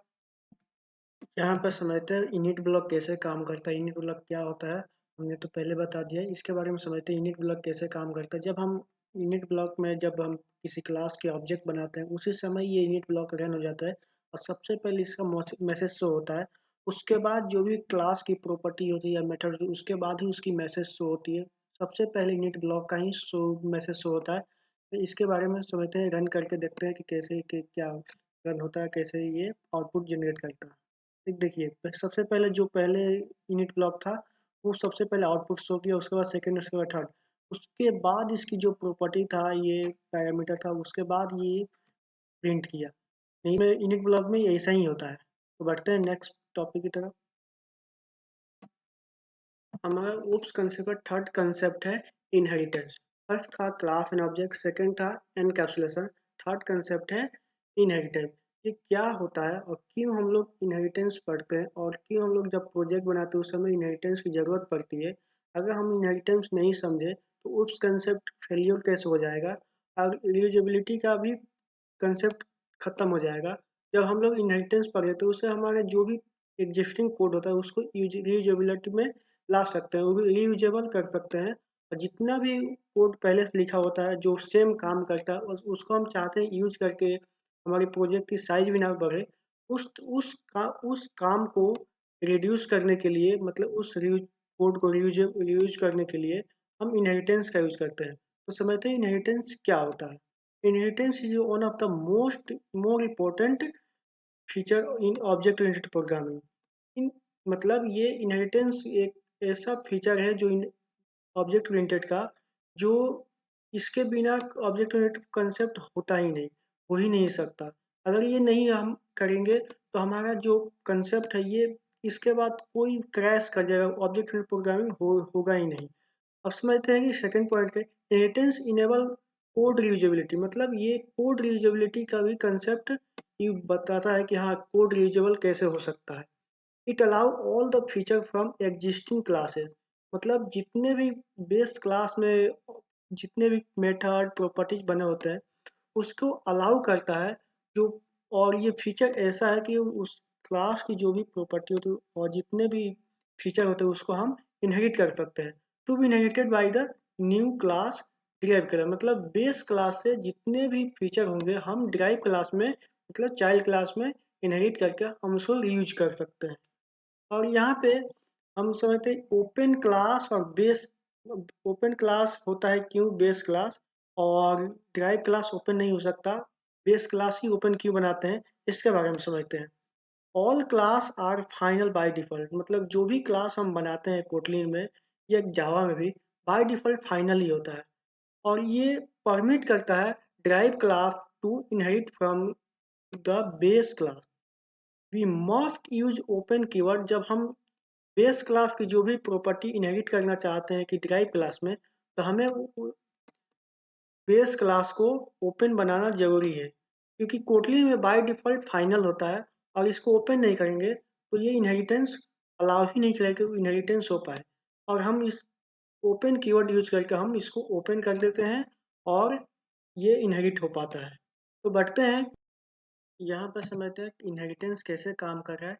एक एम्प्लॉय नाम की ओपन क्लास बना दिया, मतलब ये बेस क्लास बना दिया। सेकंड सीईओ नाम की ड्राइव क्लास बना दिया जो एम्प्लॉय क्लास को इनहेरिट करेगा, और उसकी जो भी प्रॉपर्टी होगी, जो भी नेम और एज होगा, वो कैसे ड्राइव क्लास से पेरेंट क्लास में चला जाएगा इसके बारे में समझते हैं। तो यहाँ पे सबसे पहले ये बेस क्लास बना है एम्प्लॉय नाम का, और एम्प्लॉय नाम ये हमने इनहेरिट कर लिया सीईओ क्लास में जो ड्राइव क्लास है। और ये जो प्रॉपर्टी है इनिट क्लास जो है, इनिट जो ब्लॉक है, यहाँ पे फर्स्ट लाइन यही आएगा और जब हम इसमें पैरामीटर पास करेंगे सीईओ का, तो ये ऑटोमेटिक इस लाइन में चला जाएगा। तो इस तरह से ये हमारा आउटपुट जनरेट कर रहा है, और इसको रन करके देखते हैं कि कैसे ये आउटपुट जनरेट करेगा। रन करने के बाद तो फर्स्ट ब्लॉक ये रन हुआ, मतलब बेस क्लास की ब्लॉक रन हुआ, उसके बाद ये ड्राइव क्लास की ब्लॉक रन हुआ, इनिट ब्लॉक। और यहाँ पे नेम सुंदर पिचाई और एज 42 और 1 करोड़ 450 करोड़ रुपीज सैलरी कैसे ही आया, इसके बारे में समझाता हूँ। तो ये जो है बेस क्लास की जो भी हम लोग बनाते हैं, ऑब्जेक्ट बनाते हैं, उसके ऑब्जेक्ट तो बन नहीं सकता, उसके हम रेफरेंस बनाते हैं। जब हम उसको इनहेरिट भी करते हैं तो सबसे फर्स्ट लाइन सुपर डॉट, उसके जितने भी मेथड होते हैं, ये उस कंस्ट्रक्टर होते हैं, वो कॉल हो जाते हैं यहाँ पे, और उसमें जितने डिफ़ॉल्ट वैल्यू तो असाइन हो जाते हैं। इसी कारण ये ब्लॉक जो है रन हुआ, और इसमें नेम और एज का जो भी फील्ड हुआ भरा था सीईओ क्लास में, उसकी पैरामीटर दिया था, वो सारे इसमें राइट हो गया, और उसके बाद ये प्रिंट हो गया। इस तरह से ये काम करता है इनहेरिटेंस, और इस तरह से ये आउटपुट जनरेट किया। तो बढ़ते हैं नेक्स्ट टॉपिक की तरफ। नेक्स्ट टॉपिक है ऑब्जेक्ट ओरिएंटेड का मोस्ट इम्पोर्टेंट टॉपिक है interface. What is interface? Interface क्या होता है, और क्यों हम लोगों को यूज करना चाहिए इंटरफेस ऑब्जेक्ट ओरिएंटेड में? जब हम लोग ऑब्जेक्ट में इंटरफेस यूज करते हैं, स्पेशली कोटलिन और जावा में, तो ये हमें मल्टीपल इनहेरिटेंस का एक ऑप्शन देता है, और इसमें एब्स्ट्रैक्ट मेथड को गाइड करने को देता है। और उसके बाद अपने हिसाब से इस मेथड को अपने जो भी क्लास में इनहेरिटेंस करेंगे, इम्प्लीमेंट करेंगे, उस समय हम इसको अपने हिसाब से उसको इम्प्लीमेंट कर पाएंगे, उसको अपने हिसाब से कोड को राइट कर पाएंगे, और बस सिग्नेचर वहीं रहेगा। और उसके बाद हम अपने हिसाब से राइट करने के बाद उसको यूज कर सकते हैं कहीं भी। An interface is custom type that cannot be instantiated by itself. It can contain abstract method signature without implementation. मतलब इस जो भी मेथड सिग्नेचर, मतलब केवल हम मेथड बना देंगे, और उसमें किसी तरह की इम्प्लीमेंटेशन कोई भी कोड नहीं लिखेंगे। और method declaration without default implementation, मतलब केवल हम मेथड डिक्लेयर कर देंगे, और ओनली डिक्लेयर कर देंगे, और बिना इम्प्लीमेंटेशन के। और यहाँ पे नोट करने की ज़रूरत है, अ क्लास कैन इम्प्लीमेंट वन और मोर इंटरफेस। मतलब क्लास जो है मल्टीपल क्लास को इनहेरिटेंस नहीं कर सकता था, लेकिन इंटरफेस को मल्टीपल इंटरफेस को इम्प्लीमेंट कर सकता है। यही मेन डिफरेंस है इंटरफेस और क्लास में। और जब इनहेरिटेंस यूज करते हैं, जब हम इंटेंस यूज करते हैं, उस समय जब हम क्लास की इनहेरिटेंस करते हैं, तो मल्टीपल क्लास को इनहेरिटेंस नहीं कर सकते, लेकिन मल्टीपल इंटरफेस को इम्प्लीमेंट कर सकते हैं। इस तरह से हम लोग इंटरफेस को यूज करके मल्टीपल इंटरफेस को इम्प्लीमेंट करते हैं, लेकिन सिंगल क्लास को मल्टी लेवल को यूज करते हैं, मल्टीपल इनहेरिटेंस को यूज नहीं करते, मल्टीपल इम्प्लीमेंटेशन को यूज करते हैं, मतलब मल्टीपल इंटरफेस को इम्प्लीमेंट करते हैं। तो बढ़ते हैं और समझते हैं कि कैसे हम लोग मेथड डिक्लेयर करते हैं। हम इंटरफेस कीवर्ड यूज करके एक बेस क्लास बनाएंगे जो व्हीकल नाम का है, और उसमें दो मेथड डिक्लेयर कर देंगे विदाउट इम्प्लीमेंटेशन के। और यहाँ पे हम दो, और इसको बाद में हम जब इनहेरिट करेंगे, इम्प्लीमेंट करेंगे, उस समय इस दोनों मेथड को हम इम्प्लीमेंट करेंगे। तो समझते हैं इसको प्रैक्टिकल के थ्रू, और कैसे ये हम दो मेथड को इम्प्लीमेंट करेंगे, और कैसे इसको यूज करेंगे किसी दूसरे क्लास में जब इम्प्लीमेंट करेंगे। तो इसके बारे में समझते हैं। यहाँ पे हमने एक इंटरफेस बना दिया व्हीकल नाम का, जो अब्स्ट्रैक्ट मेथड को कंटेन करेगा, जो ये अब्स्ट्रैक्ट मेथड को बाय डिफ़ॉल्ट कंटेन कर रहा है विदाउट इम्प्लीमेंटेशन का। जब हम इसको इनहेरिट करेंगे, इम्प्लीमेंट करेंगे, उस समय हम लोग इस व्हीकल क्लास को इम्प्लीमेंट किया, और इसको जो भी ओवरराइड मेथड यूज़ करके जब हम इसको इनहेरिटेंस करेंगे, तो ये दोनों मेथड इसमें आ जाएगा, और इसको ओवरराइड मेथड से ओवरराइड कर देंगे, ओवरराइड कीवर्ड से। और इसमें कुछ मैसेज लिखेंगे कि किस तरह से कैन स्टार्टेड स्टॉप, इस तरह से मेथड को यूज करके हम इस क्लास के, अब उसके बाद ऑब्जेक्ट बनाएंगे और दोनों मेथड को कॉल करेंगे। तो ये आउटपुट इस तरह जनरेट करेगा जैसे कि इसी का पार्ट है, लेकिन ये दोनों मेथड ये किसी इंटरफेस का पार्ट है, इंटरफेस क्लास का पार्ट है। इसके बारे में हम इसको रन करके देखते हैं। तो देखना कि ये एक कार स्टार्टेड और स्टॉप, ये दोनों जब मेथड हमने कॉल किया तो इस तरह से आउटपुट जनरेट किया। तो इस तरह से इंटरफेस में हम मेथड को राइट करेंगे विदाउट इम्प्लीमेंटेशन, और उसको इम्प्लीमेंट करके किसी दूसरे क्लास में यूज करेंगे, और इसको मल्टीपल जगह हम यूज कर सकते हैं। इसलिए हम इसको एब्स्ट्रैक्ट मेथड को कंटेन करते हैं किसी अलग क्लास में, और उसके बाद हम इसको अपने हिसाब से इसको इम्प्लीमेंट कर सकते हैं और यूज कर सकते हैं। तो इस तरह से हम इंटरफेस को यूज करते हैं। तो बढ़ते हैं नेक्स्ट पॉइंट में। कोडिंग में एक मोस्ट इम्पोर्टेंट क्लासेस है जिसके बारे में बहुत कम लोग बताते हैं। तो हम इसके बारे में समझते हैं कि मोस्ट इम्पोर्टेंट क्लास कौन सा है और कहाँ यूज करते हैं और कब इसकी ज़रूरत पड़ती है। तो इस मोस्ट इम्पोर्टेंट क्लास है डेटा क्लास। कोटलिन में डेटा क्लास बहुत ज़रूरी है। जब हम लोग को किसी तरह के कुछ प्रिवेंशन लगाना है, किसी तरह कुछ रोकथाम की चीज़ें रोकनी है जो ऑटोमेटिक कुछ काम ना करे और ज़रूरत के हिसाब से ही काम करे, उस तरह से हम इसको यूज करेंगे डेटा क्लास को। और इसमें बस डेटा की चीज़ें ही काम करेगी, उसके अलावा कोई काम नहीं करेगा, और डेटा पे ही ऑपरेशन परफॉर्म होगा। तो इसके बारे में समझते हैं। और data class is a class, मतलब ये क्लास की तरह ही है, that can hold a data, मतलब ये डेटा पे ही ऑपरेशन करेगा और डेटा को स्टोर करेगा, मतलब कुछ तरह के रोक लेगा बफर में, इस तरह से ये काम करेगा। Kotlin automatically provide the useful method like equal, hash code, toString, copy। ये 4 मेथड ऑटोमेटिकली प्रोवाइड करता है जब डेटा क्लास को हम बनाते हैं। तो इक्वल मेथड ये करता है, दो ऑब्जेक्ट जब हम किसी क्लास की ऑब्जेक्ट बनाते हैं उसके उसको कंपेयर करके बताता है ये इक्वल है कि नहीं, इसके बारे में बताता है, मतलब ये चेक करता। और सेकंड पॉइंट है हैश कोड। ये किसी क्लास के ऑब्जेक्ट को हैश कोड कलेक्शन करता है, मतलब हैश कोड कोड में कन्वर्ट करता है और उसके जो भी चीज़ें उसको हैश कोड को बताता है। When use storing object is a hash based collection, मतलब जब हम लोग इसको स्टोर करते हैं, जब यूज करते हैं तो उस समय हैश बेस्ड कलेक्शन को स्टोर करता है और गेट करता है और देता है और चेक करता है कि हाँ हैश बेस्ड मेथड है कि नहीं, मतलब हैश बेस्ड ऑब्जेक्ट है कि नहीं। और नेक्स्ट पॉइंट है टू स्ट्रिंग, मतलब कोई भी ऑब्जेक्ट है उसमें जो भी डेटा अवेलेबल है उसको वेरीफाई करके और उसको एक्सट्रैक्ट करके देता है, उसमें कौन कौन सी डेटा कितने अवेलेबल है इसके बारे में बताता है, और कौन कौन से उसके ऑब्जेक्ट स्टोर में कुछ डेटा है, किस तरह से डेटा है, इसके बारे में टू स्ट्रिंग एक्सट्रैक्ट करके देता है।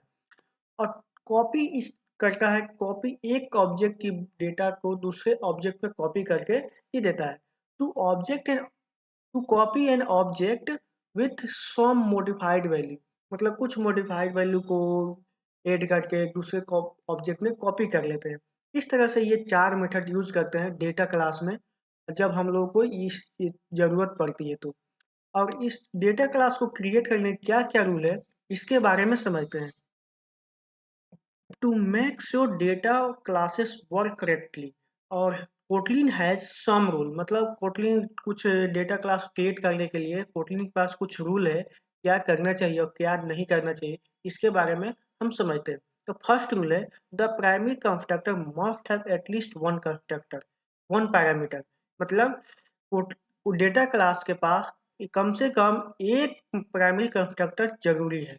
और सेकेंड पॉइंट है all primary constructor parameter must be marked with val and well, मतलब ये वो वैल्यू टाइप होना चाहिए, वैल्यू टाइप और वेरिएबल टाइप होना चाहिए, और इसके जो भी हम वेरिएबल बनाएंगे, जो भी प्रॉपर्टी बनाएंगे, इसके all primary constructor all primary constructor parameter must be marked with val and var, मतलब कि ये बोल रहा है कि जब हम डेटा क्लास को बनाएंगे उस समय हमें एक दो बात, मतलब 4 बातों का ध्यान रखना होगा, मतलब इसमें और जितने भी प्राइमरी कंस्ट्रक्टर होंगे must be marked with val and var, मतलब हमें जो भी पैरामीटर बनाएंगे उस जो भी पैरामीटर में हम वैल्यू रखेंगे किसी भी टाइप का रखेंगे, हम उसको वेल एंड वेर पे हमें मार्क करना होगा और उसकी टाइप यही रखनी होगी।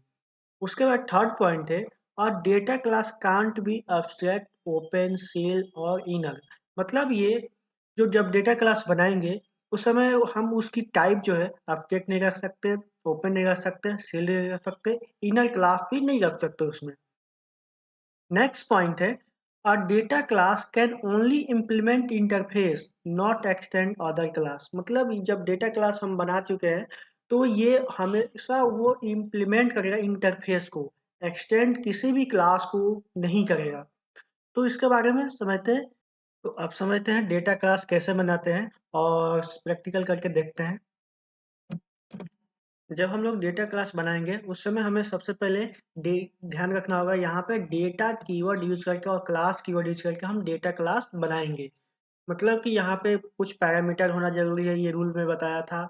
और इंटरफेस को इम्प्लीमेंट करेगा, उसके अलावा किसी चीज़ को नहीं करेगा, ना ही एक्सटेंड कर किसी क्लास को। और यहाँ पे मैंने प्रॉपर्टी हाइट इनिशियलाइज कर दिया और 100 बाय डिफ़ॉल्ट 100 कर दिया। उसके बाद मैं इस पर्सन डेटा क्लास की ऑब्जेक्ट बनाऊंगा, मतलब रेफरेंस बनाऊंगा। और उसके बाद ये इसमें कुछ वैल्यू असाइन कर दूंगा। उसके बाद जब प्रिंट करूंगा तो ये data class same as class की तरह काम करेगा, लेकिन इसके कुछ रूल्स है। इसके हिसाब से ये काम करेगा, मतलब कि कुछ, मतलब जब हम चाहते हैं कि मल्टीपल क्लास को एक साथ इनहेरिट ना कर पाए, इंटरफेस केवल मल्टीपल इंटरफेस इम्प्लीमेंट करे, उसके अलावा ये किसी और चीज़ को काम ना करे, मतलब और कुछ एडवांस फीचर को जब हम यूज़ करना चाहते हैं, जैसे कॉपी हो गया, हैश कोड हो गया, टू सी हो गया, ये सारी चीज़ें भी जब हम डेटा क्लास बनाएंगे तो अच्छे से यूज कर सकते हैं। तो इस तरह से हम जब, और उसके बाद हम रन करके देखते हैं कि क्या आउटपुट जनरेट करता है। तो ये आउटपुट मनीष, मतलब M1 डॉट नेम मनीष और एज 18 और हैज हाइट 100 सेंटीमीटर, मतलब जिसका नाम है, उसके जो भी चीज़ें प्रॉपर्टी है, नेम है, हाइट है, एज है, ये सारी चीज़ें यहाँ पे प्रिंट कर रहा है। हम दो पैरामीटर पास किए डेटा क्लास और एक्स्ट्रा एक प्रॉपर्टी डिफाइन कर दिया। उसमें कुछ भी हम असाइन कर सकते हैं, अकॉर्डिंग टू चीज़ें चेंज होती रहेगी। हाइट हर ईयर में बहुत सारे चेंज होते रहेंगे, इसलिए मैंने एमोन डॉट हाइट प्रॉपर्टी को इनिशियलाइज किया और अलग से प्रॉपर्टी बनाया। और इस तरह से ये आउटपुट जनरेट करेगा data class same as class की तरह। लेकिन कुछ एडवांस फीचर को जब इनेबल करना चाहते हैं, यूज करना चाहते हैं, तो हमें डेटा क्लास यूज करना चाहिए। और कुछ रेस्ट्रिक्शन भी लगा देता है डेटा क्लास। तो इस तरह से हमें डेटा क्लास को यूज करना चाहिए। और उसके बाद इस तरह से आउटपुट जनरेट, तो बढ़ते हैं नेक्स्ट टॉपिक की तरफ। नेक्स्ट पॉइंट है समझते हैं सील्ड क्लास। पोर्टल में सील्ड क्लास क्या होता है और क्यों हम लोग को फील्ड क्लास समझना चाहिए, और ये जावा में फीचर नहीं होता, और इसमें ये कैसे फीचर ये यूज करता है, और आसानी से हम लोग इसको यूज करके अपनी कोटलिन प्रोग्राम को इम्प्रूव कर सकते हैं। और जब भी प्रोजेक्ट बनाएंगे कुछ चीज़ें हमें एक्स्ट्रा बेनिफिट देगा, इसके बारे में समझते हैं। तो फर्स्ट पॉइंट है, Kotlin introduce a powerful concept that does not exist in Java, shield class. मतलब ये कोटलिन एक ऐसा पावरफुल कंसेप्ट देता है शील्ड क्लास के हिसाब से कि जो जावा में भी एग्जिस्ट नहीं करता। और नेक्स्ट पॉइंट है कि हम कैसे इसको क्रिएट करेंगे। तो the word sealed refer to the something that close और रेस्ट्रिक्टेड। मतलब ये बोल रहा है शील्ड वर्ड, मतलब ये बोल रहा है कि हाँ कुछ रेस्ट्रिक्टेड होगा, नहीं तो क्लोज होगा। और मतलब क्लोज मतलब इसके अलावा कुछ नहीं कर सकते, मतलब ये जब क्लोज हो गया तो इसमें कुछ हम चेंजेस नहीं कर सकते। तो इस तरह से ये शील्ड क्लास होता है। और शील्ड क्लास कैसे बनाते हैं, ये शील्ड क्लास और डेमो, मतलब इस तरह से हम यूज करके बनाएंगे। और शील्ड क्लास इस तरह से बनाएंगे, शील्ड कीवर्ड यूज करके और क्लास कीवर्ड यूज करके और क्लास नेम यूज करके हम लोग इस तरह से शील्ड क्लास बनाएंगे। और you can not create a object of a shield class directly because it implicitly abstract. मतलब जब हम लोग क्लास को बनाएंगे शील्ड क्लास को, तो हम इसकी ऑब्जेक्ट नहीं बना सकते, जैसे वहाँ पे हम लोग रेफरेंस इंटरफेस का बनाते थे जावा में। और लेकिन यहाँ पे हम इसकी ऑब्जेक्ट नहीं बना सकते। उसी तरह हम जैसे जावा में रेफरेंस बनाते हैं इंटरफेस का, उसी तरह इसमें भी हम इसका रेफरेंस बनाएंगे, रेफरेंस के थ्रू कॉल करेंगे जो भी इसकी क्लास होगी, मेथड होगी। ये समझेंगे बाद में, अभी मैं समझाता हूँ। इम्प्लिसिटली एब्स्ट्रैक्ट मतलब इसमें जो भी इम्प्लिसिटली जो भी इंटरनली प्रोग्राम लिखेंगे वो सारे ऑब्स्ट्रैक्ट होते हैं। That means you can not do this, मतलब यहाँ पे हम डायरेक्टली इसकी ऑब्जेक्ट क्रिएट नहीं कर सकते। इस तरह से ये प्रॉब्लम क्रिएट करेगा, मतलब ये कंपाइल कर एरर दे देगा। और उसके बाद समझते हैं।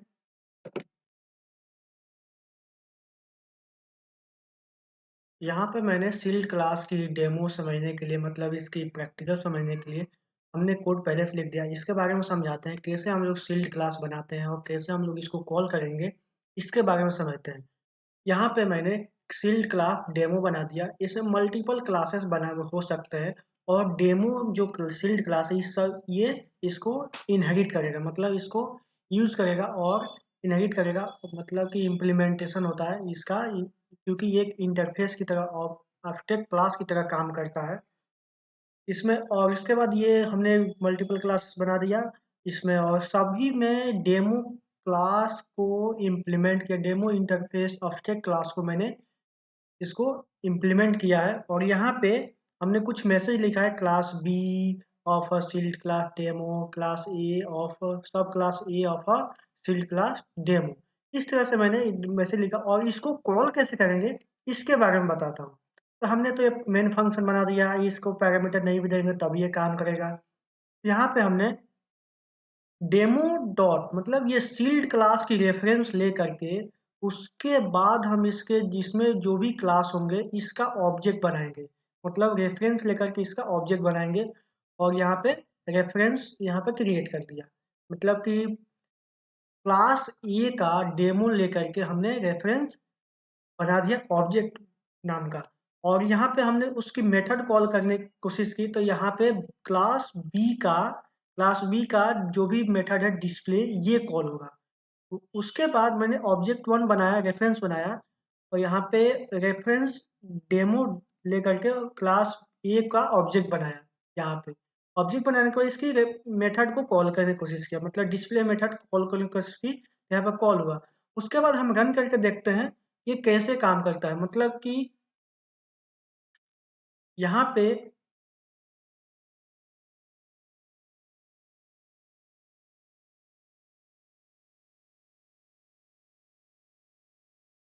रन हो गया सब class of shield class demo, मतलब कि यहाँ पे सबसे पहले मैसेज बी का क्यों आया, क्योंकि बी का मैंने मैसेज सबसे पहले प्रिंट करवाया ऑब्जेक्ट डॉट डिस्प्ले। यहाँ पे बी का हमने रेफरेंस बनाया था और उसके बाद ए का बनाया, तब ये सबसे पहले बी हुआ उसके बाद ये हुआ। तो बढ़ते हैं नेक्स्ट टॉपिक की तरफ। यहाँ पे शील्ड क्लास के बारे में जानने की जरूरत है कि हाँ नोट में क्या लिखा है। All the sub classes of a shield class must be defined with in the same class, मतलब जब हम सब क्लास डिफाइन करेंगे तो जरूरी होगा कि हम उसी क्लास के अंदर डिफाइन करें जब हम लोग शील्ड क्लास बनाए हुए हैं।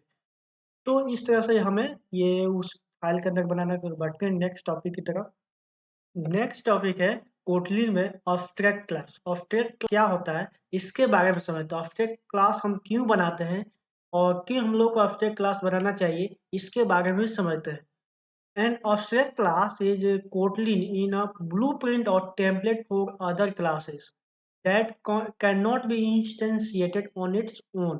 मतलब ये इंटरफेस की तरह काम करता है, मतलब इसमें ब्लू प्रिंट ऑफ और टेम्पलेट, मतलब ये टेम्पलेट प्रोवाइड करता है जैसे इंटरफेस भी प्रोवाइड करता था और शील्ड क्लास भी प्रोवाइड करता था, उसी तरह ये ऑब्जेक्ट क्लास भी काम करता है। जो हमने पहले भी जावा में पढ़ा होगा और अदर प्रोग्रामिंग लैंग्वेज में पढ़ा होगा कि ऑब्जेक्ट क्लास क्या होता है, तो वैसा ही इसमें भी है। बस थोड़ी सी डिफरेंसेस है, इसके बारे में समझते हैं और कैसे हम लोग उसको यूज करते हैं इसके बारे में समझते हैं। तो यहाँ पे हमने ऑब्जेक्ट कीवर्ड यूज करके क्लास की कैलकुलेटर नाम का, मतलब हम प्रैक्टिकल करेंगे इसके बारे में कि कैसे हम लोग कैलकुलेट कर सकते हैं, और इससे मेथड मल्टीपल जगहों पर कॉल होगी और हर एक काम को अलग अलग तरीकों से करेंगे, इसके बारे में समझते हैं। तो यहाँ पे abstract क्लास बना दिया, यहाँ पे सिग्नेचर बना दिया किसी कैलकुलेट मेथड का, कैलकुलेटर क्लास बनाया, मतलब abstract क्लास बनाया, और यहाँ पे एक कैलकुलेट मेथड हमने abstract बना दिया। और उसके बारे में, और उसके बाद ये जितने भी कैलकुलेटर क्लास जो है, ये जितने भी क्लास बनेंगे उस सारे में इम्प्लीमेंट होंगे। और ये बाय डिफ़ॉल्ट इम्प्लीमेंट होगा, इनहेरिटेंस नहीं होगा, क्योंकि ये अब्स्ट्रैक्ट क्लास है, क्योंकि इसका क्लास जो है ये अब्स्ट्रैक्ट है। अगर ये सिंपल क्लास होता तो ये इनहेरिटेंस होता, लेकिन ये सिंपल क्लास नहीं है तो इसलिए इम्प्लीमेंटेशन हो रहा है। तो यहाँ पे इम्प्लीमेंटेशन होगा तो इसकी जो भी मेथड होगी उसको ओवरराइड करेंगे उसमें, और उसकी जो भी फंक्शनलिटी उसको कैलकुलेट करवाएंगे और बनाएंगे हम एक बेहतरीन कैलकुलेटर। तो यहाँ पे हम लोग इस कोड तो यहाँ पे हम लोग इसको प्रैक्टिकल करके देखते हैं कैसे हम लोग कैलकुलेटर बनाते हैं और कैसे हम लोग एक कंट्रोल बेस्ड कैलकुलेटर बनाते हैं, इसके बारे में समझते हैं। जैसे इसमें वैसे ही हम प्रोजेक्ट भी बना सकते हैं और कि हम बनाएंगे एंड्रॉयड स्टूडियो में, और आप लोग कहीं भी बना सकते हैं, मतलब किसी भी एप्लीकेशन में बना सकते हैं जहाँ पे कोटलिन सपोर्टेड हो। जब कोटलिन का प्रोग्राम रन कर रहे हो तो इस आप लोग यूज कर सकते हैं। अभी तो मैं कोटलिन प्लेग्राउंड एडिटर यूज कर रहा हूँ, जो कोटलिन ने खुद बना कर दिया है, जो पूरी पूरी मैनेज्ड कोड बना कर दिया है। मतलब जो भी कंपाइलर है, एडिटर है, ये सब एक साथ ही हमें दे दिया है वेबसाइट में, और ये बेहतरीन काम करता है। तो इसके बारे में अभी नहीं, हम समझते हैं कि कैसे हम लोग कैलकुलेटर बनाते हैं ऑब्जेक्ट क्लास को यूज करके। तो यहाँ पे हमने कैलकुलेटर ऑब्जेक्ट क्लास बना दिया है और इसमें कुछ कैलकुलेट मेथड बनाया है, जो दो नंबर को ऐड करेगा, मल्टीप्लाई करेगा और यहाँ पे सब्ट्रैक्ट करेगा और डिवाइड करेगा। ये सब मेथड ये काम करेगा और ये समझते हैं। और यहाँ पे हमने तो बना दिया, उसके बाद ऐड मेथड बनाएंगे, क्लास ऐड। और यहाँ पे कैलकुलेटर को हम इम्प्लीमेंट कर लेंगे और ओवरराइड करेंगे इस मेथड को कि दो नंबर को ऐड करेगा। तो यहाँ पे हमने ऐड कर लिया। और सेकंड है, यहाँ पे हमने सब्ट्रैक्ट क्लास बनाया जो कैलकुलेटर मेथड को इम्प्लीमेंट कर रहा है, और उसमें हम लोग कैलकुलेट मेथड को ओवरराइड कर लिया और इसमें दो नंबर को हम सब्ट्रैक्ट कर लेंगे। और नेक्स्ट क्लास है मल्टीप्लाई क्लास। यहाँ पे हमने कैलकुलेटर ऑब्जेक्ट क्लास को हमने यहाँ पे इम्प्लीमेंट कर लिया, और यहाँ पे हमने इसको ओवरराइड कर कैलकुलेट मेथड जो कैलकुलेटर में अवेलेबल है, यहाँ पे कैलकुलेटर में जो अवेलेबल है, हमने इसको इसको ओवरराइड कर लिया मल्टीप्लाई में। उसी तरह यहाँ पे दो नंबर को मल्टीप्लाई करके आउटपुट जनरेट करेंगे। और यहाँ पे हमने एक डिवाइड क्लास बनाया जो कैलकुलेटर मेथड को इम्प्लीमेंट किया, और हमने उस कैलकुलेट मेथड को ओवरराइड कर लिया इसमें भी, और जो दो नंबर को डिवाइड करके आउटपुट जनरेट करेगा। तो इस तरह से हमने चार क्लास बनाया और एक ऑब्जेक्ट क्लास बनाया, और यूज करके हम एक कैलकुलेटर बना रहे हैं जो दो नंबर को ऐड करेगा, मल्टीप्लाई करेगा, सब्ट्रैक्ट करेगा और डिवाइड करेगा। तो यहाँ पे हमने क्लास ऐड का ऑब्जेक्ट बना लिया है और रेफरेंस ऐड बनाया है, और क्लास सब्ट्रैक्ट का हमने ऑब्जेक्ट बनाया है और यहाँ पे हमने रेफरेंस बनाया सब नाम से। और यहाँ पे मल्टीप्लाई क्लास का ऑब्जेक्ट बनाया, यहाँ पे मल नाम से हमने रेफरेंस बनाया। और डिवाइड क्लास का हमने ऑब्जेक्ट बना लिया और यहाँ पे हम div नाम से अब रेफरेंस बना लिया। और यहाँ पे हमने सारे मेथड को, जो भी क्लास के रेफरेंस, हम सारे मेथड को कॉल करेंगे और दो नंबर को ऐड कर लिया। और मेथड सबका सेम ही था, ओवरराइड कर रहे थे कि हाँ ये इस क्लास में ये काम करेगा, इस क्लास में ये काम करेगा। मतलब डिवाइड में डिवाइड का काम करेगा, और ऐड में एडिशन का काम करेगा, और सब्ट्रैक्ट में सब्ट्रैक्ट का काम करेगा। ये सारे जो भी मेथड कैलकुलेट है, जो सारे क्लास में यूज हुए हैं, ये सेम ही मेथड है, बस वो अकॉर्डिंग टू क्लास हमने उसको ओवरराइड कर लिया और उसको जनरेट कर रहा है output according to class, according to functionality, वो आउटपुट जनरेट करेगा। और इसको रन करने के बाद हमें आउटपुट जनरेट करेगा कि जैसे हम लोग दो नंबर को ऐड कर रहे हैं, सब्ट्रैक्ट कर रहे हैं, मल्टीप्लाई कर रहे हैं, इस तरह से हमें आउटपुट जनरेट करेगा। मतलब यहाँ पे जो मैसेज है इसमें क्लास में कैलकुलेट मेथड में, वो जिस भी क्लास के अंदर होगा, जिस तरह से मैसेज होगा मैं और आउटपुट रिटर्न कर रहा होगा, उस तरह से वो प्रिंट करेगा। तो समझते हैं, रन करके देखते हैं। यहाँ पे हमने रन किया तो यहाँ पे एडिशन ऑफ टू नंबर, दो नंबर को ऐड करके दे दिया 10। मतलब यहाँ पे हमने दो पास किया था, पाँच पाँच पास किया था, तो ये यहाँ पे दो 10 ऐड करके दे दिया। और उसके बाद सब्ट्रैक्शन ऑफ टू नंबर, दो नंबर को सब्ट्रैक्ट करके हमें, मतलब दो नंबर पास किया था, यहाँ पे दो नंबर को सब्ट्रैक्ट करके हमें आउटपुट जनरेट करके, उसी तरह ये मल्टीप्लिकेशन डिवीजन भी आउटपुट जनरेट करके हमें दे दिया। और इस तरह से हम एब्स्ट्रैक्ट क्लास को यूज करके हम एक कैलकुलेटर बना लिया। और इस तरह से एब्स्ट्रैक्ट क्लास का कंसेप्ट है। आप लोग इस तरह से इसको इम्प्लीमेंट करके और प्रैक्टिकल करके ज़रूर देखिएगा, कि ताकि ये अच्छे से आपको समझ में आए। अब समझते हैं कोटलिन में एनम क्लासेस क्या होता है और क्यों हम लोग को एनम क्लास समझना चाहिए, जब कब ज़रूरत पड़ती है इसके बारे में समझेंगे। जब हमें जब कहीं भी constant set of constant value use करने की ज़रूरत पड़ती है। सेट ऑफ जितने भी कांस्टेंट वैल्यू होते हैं जो सेम ही टाइप के होते हैं और बार-बार यूज़ होते हैं, उस तरह से हमें किसी क्लास में भर करके मतलब किसी एनम क्लास मतलब एनम क्लास हम बना करके उसमें सारे सेट ऑफ कांस्टेंट को हम भर देंगे और यूज़ करेंगे जब जहाँ पर भी ज़रूरत पड़ेगा। तो इस तरह से हमें कांस्टेंट जो भी वेरिएबल होते हैं, वैल्यू होते हैं, उसको स्टोर करने के लिए हम एनम क्लास को यूज़ करते हैं। तो समझते हैं यहाँ पे कहाँ पे यूज़ करेंगे। तो एनम इज़ एनुमरेशन मतलब ये एनुमरेशन मतलब न्यूमेरिकल मतलब जितने भी न्यूमेरिकल होगा जो भी कांस्टेंट वैल्यू होगा उसको स्टोर करने के लिए is a special type in Kotlin that hold a fix set of constant value मतलब ये एनम क्लास जो है set of fix constant value को स्टोर करेगा। जो भी हमें ज़रूरत पड़े किसी भी कहीं भी तो उसको यूज़ करके हम एक सेटअप जैसे हम डे हो गया जो कभी चेंज नहीं होगा। हफ्ते में 7 ही दिन होते हैं और साल में 12 महीने ही होते हैं जो 12 मंथ का नाम है।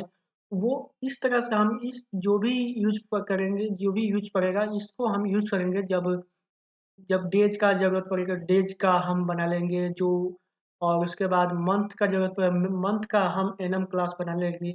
इस तरह से जो भी सेट ऑफ कांस्टेंट होते हैं जो कभी चेंज नहीं होता जो यूनिवर्सल में एक ही जैसा होता है और कभी भी कहीं भी चेंज नहीं होता।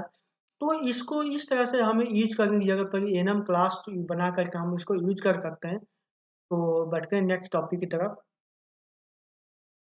हमारा नेक्स्ट मोस्ट इम्पोर्टेंट फीचर है कोटलिन में व्हाट इज एक्सटेंशन फंक्शन मतलब किसी फंक्शन को हम यूज करके किसी फंक्शन की प्रॉपर्टी को यूज करके हम नया फंक्शन बना सकते हैं और नया तरह की प्रॉपर्टी बना सकते हैं। इस तरह से हमें यूज करके हम एक नए फंक्शन को बना सकते हैं। तो समझते हैं कैसे क्या हम कोटलिन में समझते हैं क्यों होता है कोटलिन में ये और क्यों ये हमें फीचर बेहतरीन फीचर देता है कोटलिन में। इसके बारे में समझते हैं। An extension function is a function that is defined outside a class but can called as if were the part of that class। मतलब ये फंक्शन का ही पार्ट है फंक्शन मतलब extension function is a part of the function. मतलब इस तरह सा है जो जब ये पार्ट हुआ होगा मतलब किसी क्लास में होगा उसकी पार्ट होगा उसको यूज करके हम नया फंक्शन बना सकते हैं किसी दूसरे क्लास में। तो समझते हैं नेक्स्ट पॉइंट है we can use this feature on both user defined classes और library classes like string int etc। मतलब हम इसको फीचर इस फीचर को यूज करके हम नए तरह के कुछ भी बना सकते हैं नए फंक्शन बना सकते हैं लाइक यूजर डिफाइंड यूज करके या लाइब्रेरी जो भी क्लास में ऑलरेडी डेवलप होंगे उसको यूज करके हम एक्सटेंशन फंक्शन बना सकते हैं और किसी भी फंक्शन को यूज करके किसी फंक्शन क्लास की प्रॉपर्टी को यूज करके हम नए प्रॉपर्टी को और फंक्शन को डिफाइन कर पाएंगे। तो इस तरह से हम समझते हैं कि हाँ ये फंक्शन कीवर्ड हो गया क्लास नेम हो गया और फंक्शन नेम जो फंक्शन जो डायरेक्ट फंक्शन यूज करके हम किसी दूसरे फंक्शन बना सकते हैं और एक्सटेंडेड फंक्शन बना सकते हैं। इस तरह से इस ये फीचर इतना इम्पोर्टेंट हो जाता है कोटलिन में कि ये हम एक कोई भी फंक्शन हो किसी भी तरह के फंक्शन हो उसको यूज करके हम नए प्रॉपर्टी नए तरह के काम करवा सकते हैं उस फंक्शन में। इस तरह से हम एक फंक्शन बना करके हम एक नए फंक्शन की निर्माण कर सकते हैं। कोई भी जो एग्जिस्टिंग क्लासेस है या एग्जिस्टिंग यूजर डिफाइंड फंक्शंस है उसको यूज करके हम नए फंक्शन बना सकते हैं। तो ये हमारा मोस्ट इम्पोर्टेंट फीचर है एक कोटलिन में। तो समझते हैं प्रैक्टिकल थ्रू कैसे हम लोग एक्सटेंशन फंक्शन यूज करेंगे।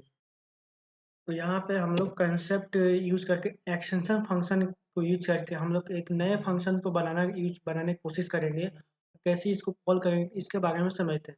तो यहाँ पे हमने int डॉट abs एक फंक्शन बनाया है जो इसकी रिटर्न टाइप है इंटीजर और इसमें कुछ वैल्यू जो एब्सलूट वैल्यू जो है अगर -4 आया तो उसकी वैल्यू 4 रिटर्न करेंगे अगर 4 आया तो 4 ही रिटर्न कर देंगे। इस तरह से हमने फंक्शन को एक्सटेंड करके बनाया है और एक नया फंक्शन बना लिया है और इस तरह से हम एक नए फंक्शन को एक्सटेंड करके हम नए आउटपुट जनरेट करेंगे। तो सबसे पहले इसको अब रन करके देखते हैं। रन करने के बाद ये आउटपुट जनरेट करेगा 4 मतलब ये माइनस भी दिया तभी 4 जनरेट किया और 4 दिया तभी 4 जनरेट किया। इस तरह से आउटपुट जनरेट करेंगे और समझते हैं नेक्स्ट टॉपिक की तरफ। यहाँ पर हमने एक और एग्जाम्पल ले लिया है और समझते हैं कि फाइल एक्सटेंशन कैसे काम करता है, इसके बारे में समझते हैं और कैसे ये हम लोग एक और एग्जांपल समझेंगे, बेहतरीन तरीके से समझेंगे कैसे हम लोग एरिया कैलकुलेट करेंगे, पेरीमीटर कैलकुलेट करेंगे और किसी सर्कल का। तो यहाँ पे हमने एक रेडियस पैरामीटर क्लास नाम की सर्कल नाम का क्लास बना दिया और रेडियस पैरामीटर में ले रहे हैं और ये रेडियस से लेकर के इस एरिया को कैलकुलेट करवा रहे हैं एक फंक्शन बना करके और इसको रिटर्न करवा रहे हैं डबल टाइप का जो रेडियस जो एरिया होगा डबल टाइप का होगा उसकी वैल्यू, तो ये डबल ही रिटर्न करेगा और एरिया कैलकुलेट कर लेंगे इसी सर्कल का। और यहाँ पे हम फाइल एक्सटेंशन यूज करके एक्सटेंशन फंक्शन यूज करके हमने पेरीमीटर को बनाने की कोशिश किया और यहाँ पे पेरीमीटर फंक्शन जो डबल टाइप का जो 2 पाई आर होता है, मतलब मैथ डॉट पाई इसका एक फंक्शन होता है जो इसको यूज करके हम लोग पाई की वैल्यू पा सकते हैं और रीच कर सकते हैं और रेडियस जो है जो इससे मिल जाएगा। और इस तरह से हम लोग एक रेडियस सर्कल की एरिया और पेरीमीटर कैलकुलेट करवा लेंगे और कैलकुलेट करवाने के बाद हम इसको यूज कैसे करेंगे, तो एक सर्कल को ऑब्जेक्ट बना लिया और एक सर्कल रेफरेंस बना लिया और इसको हम प्रिंट करने की कोशिश करेंगे एरिया और पेरीमीटर और उसके बाद रन करके देखते हैं ये आउटपुट कैसे जनरेट करेगा। तो यहाँ पे आउटपुट जनरेट करके एरिया ऑफ सर्कल इज 19, जो यहाँ पे एरिया का सर्कल का एरिया जनरेट करके दे रहा है और यहाँ पे पेरीमीटर कैलकुलेट करके दे रहा है, यहाँ पे पेरीमीटर 15।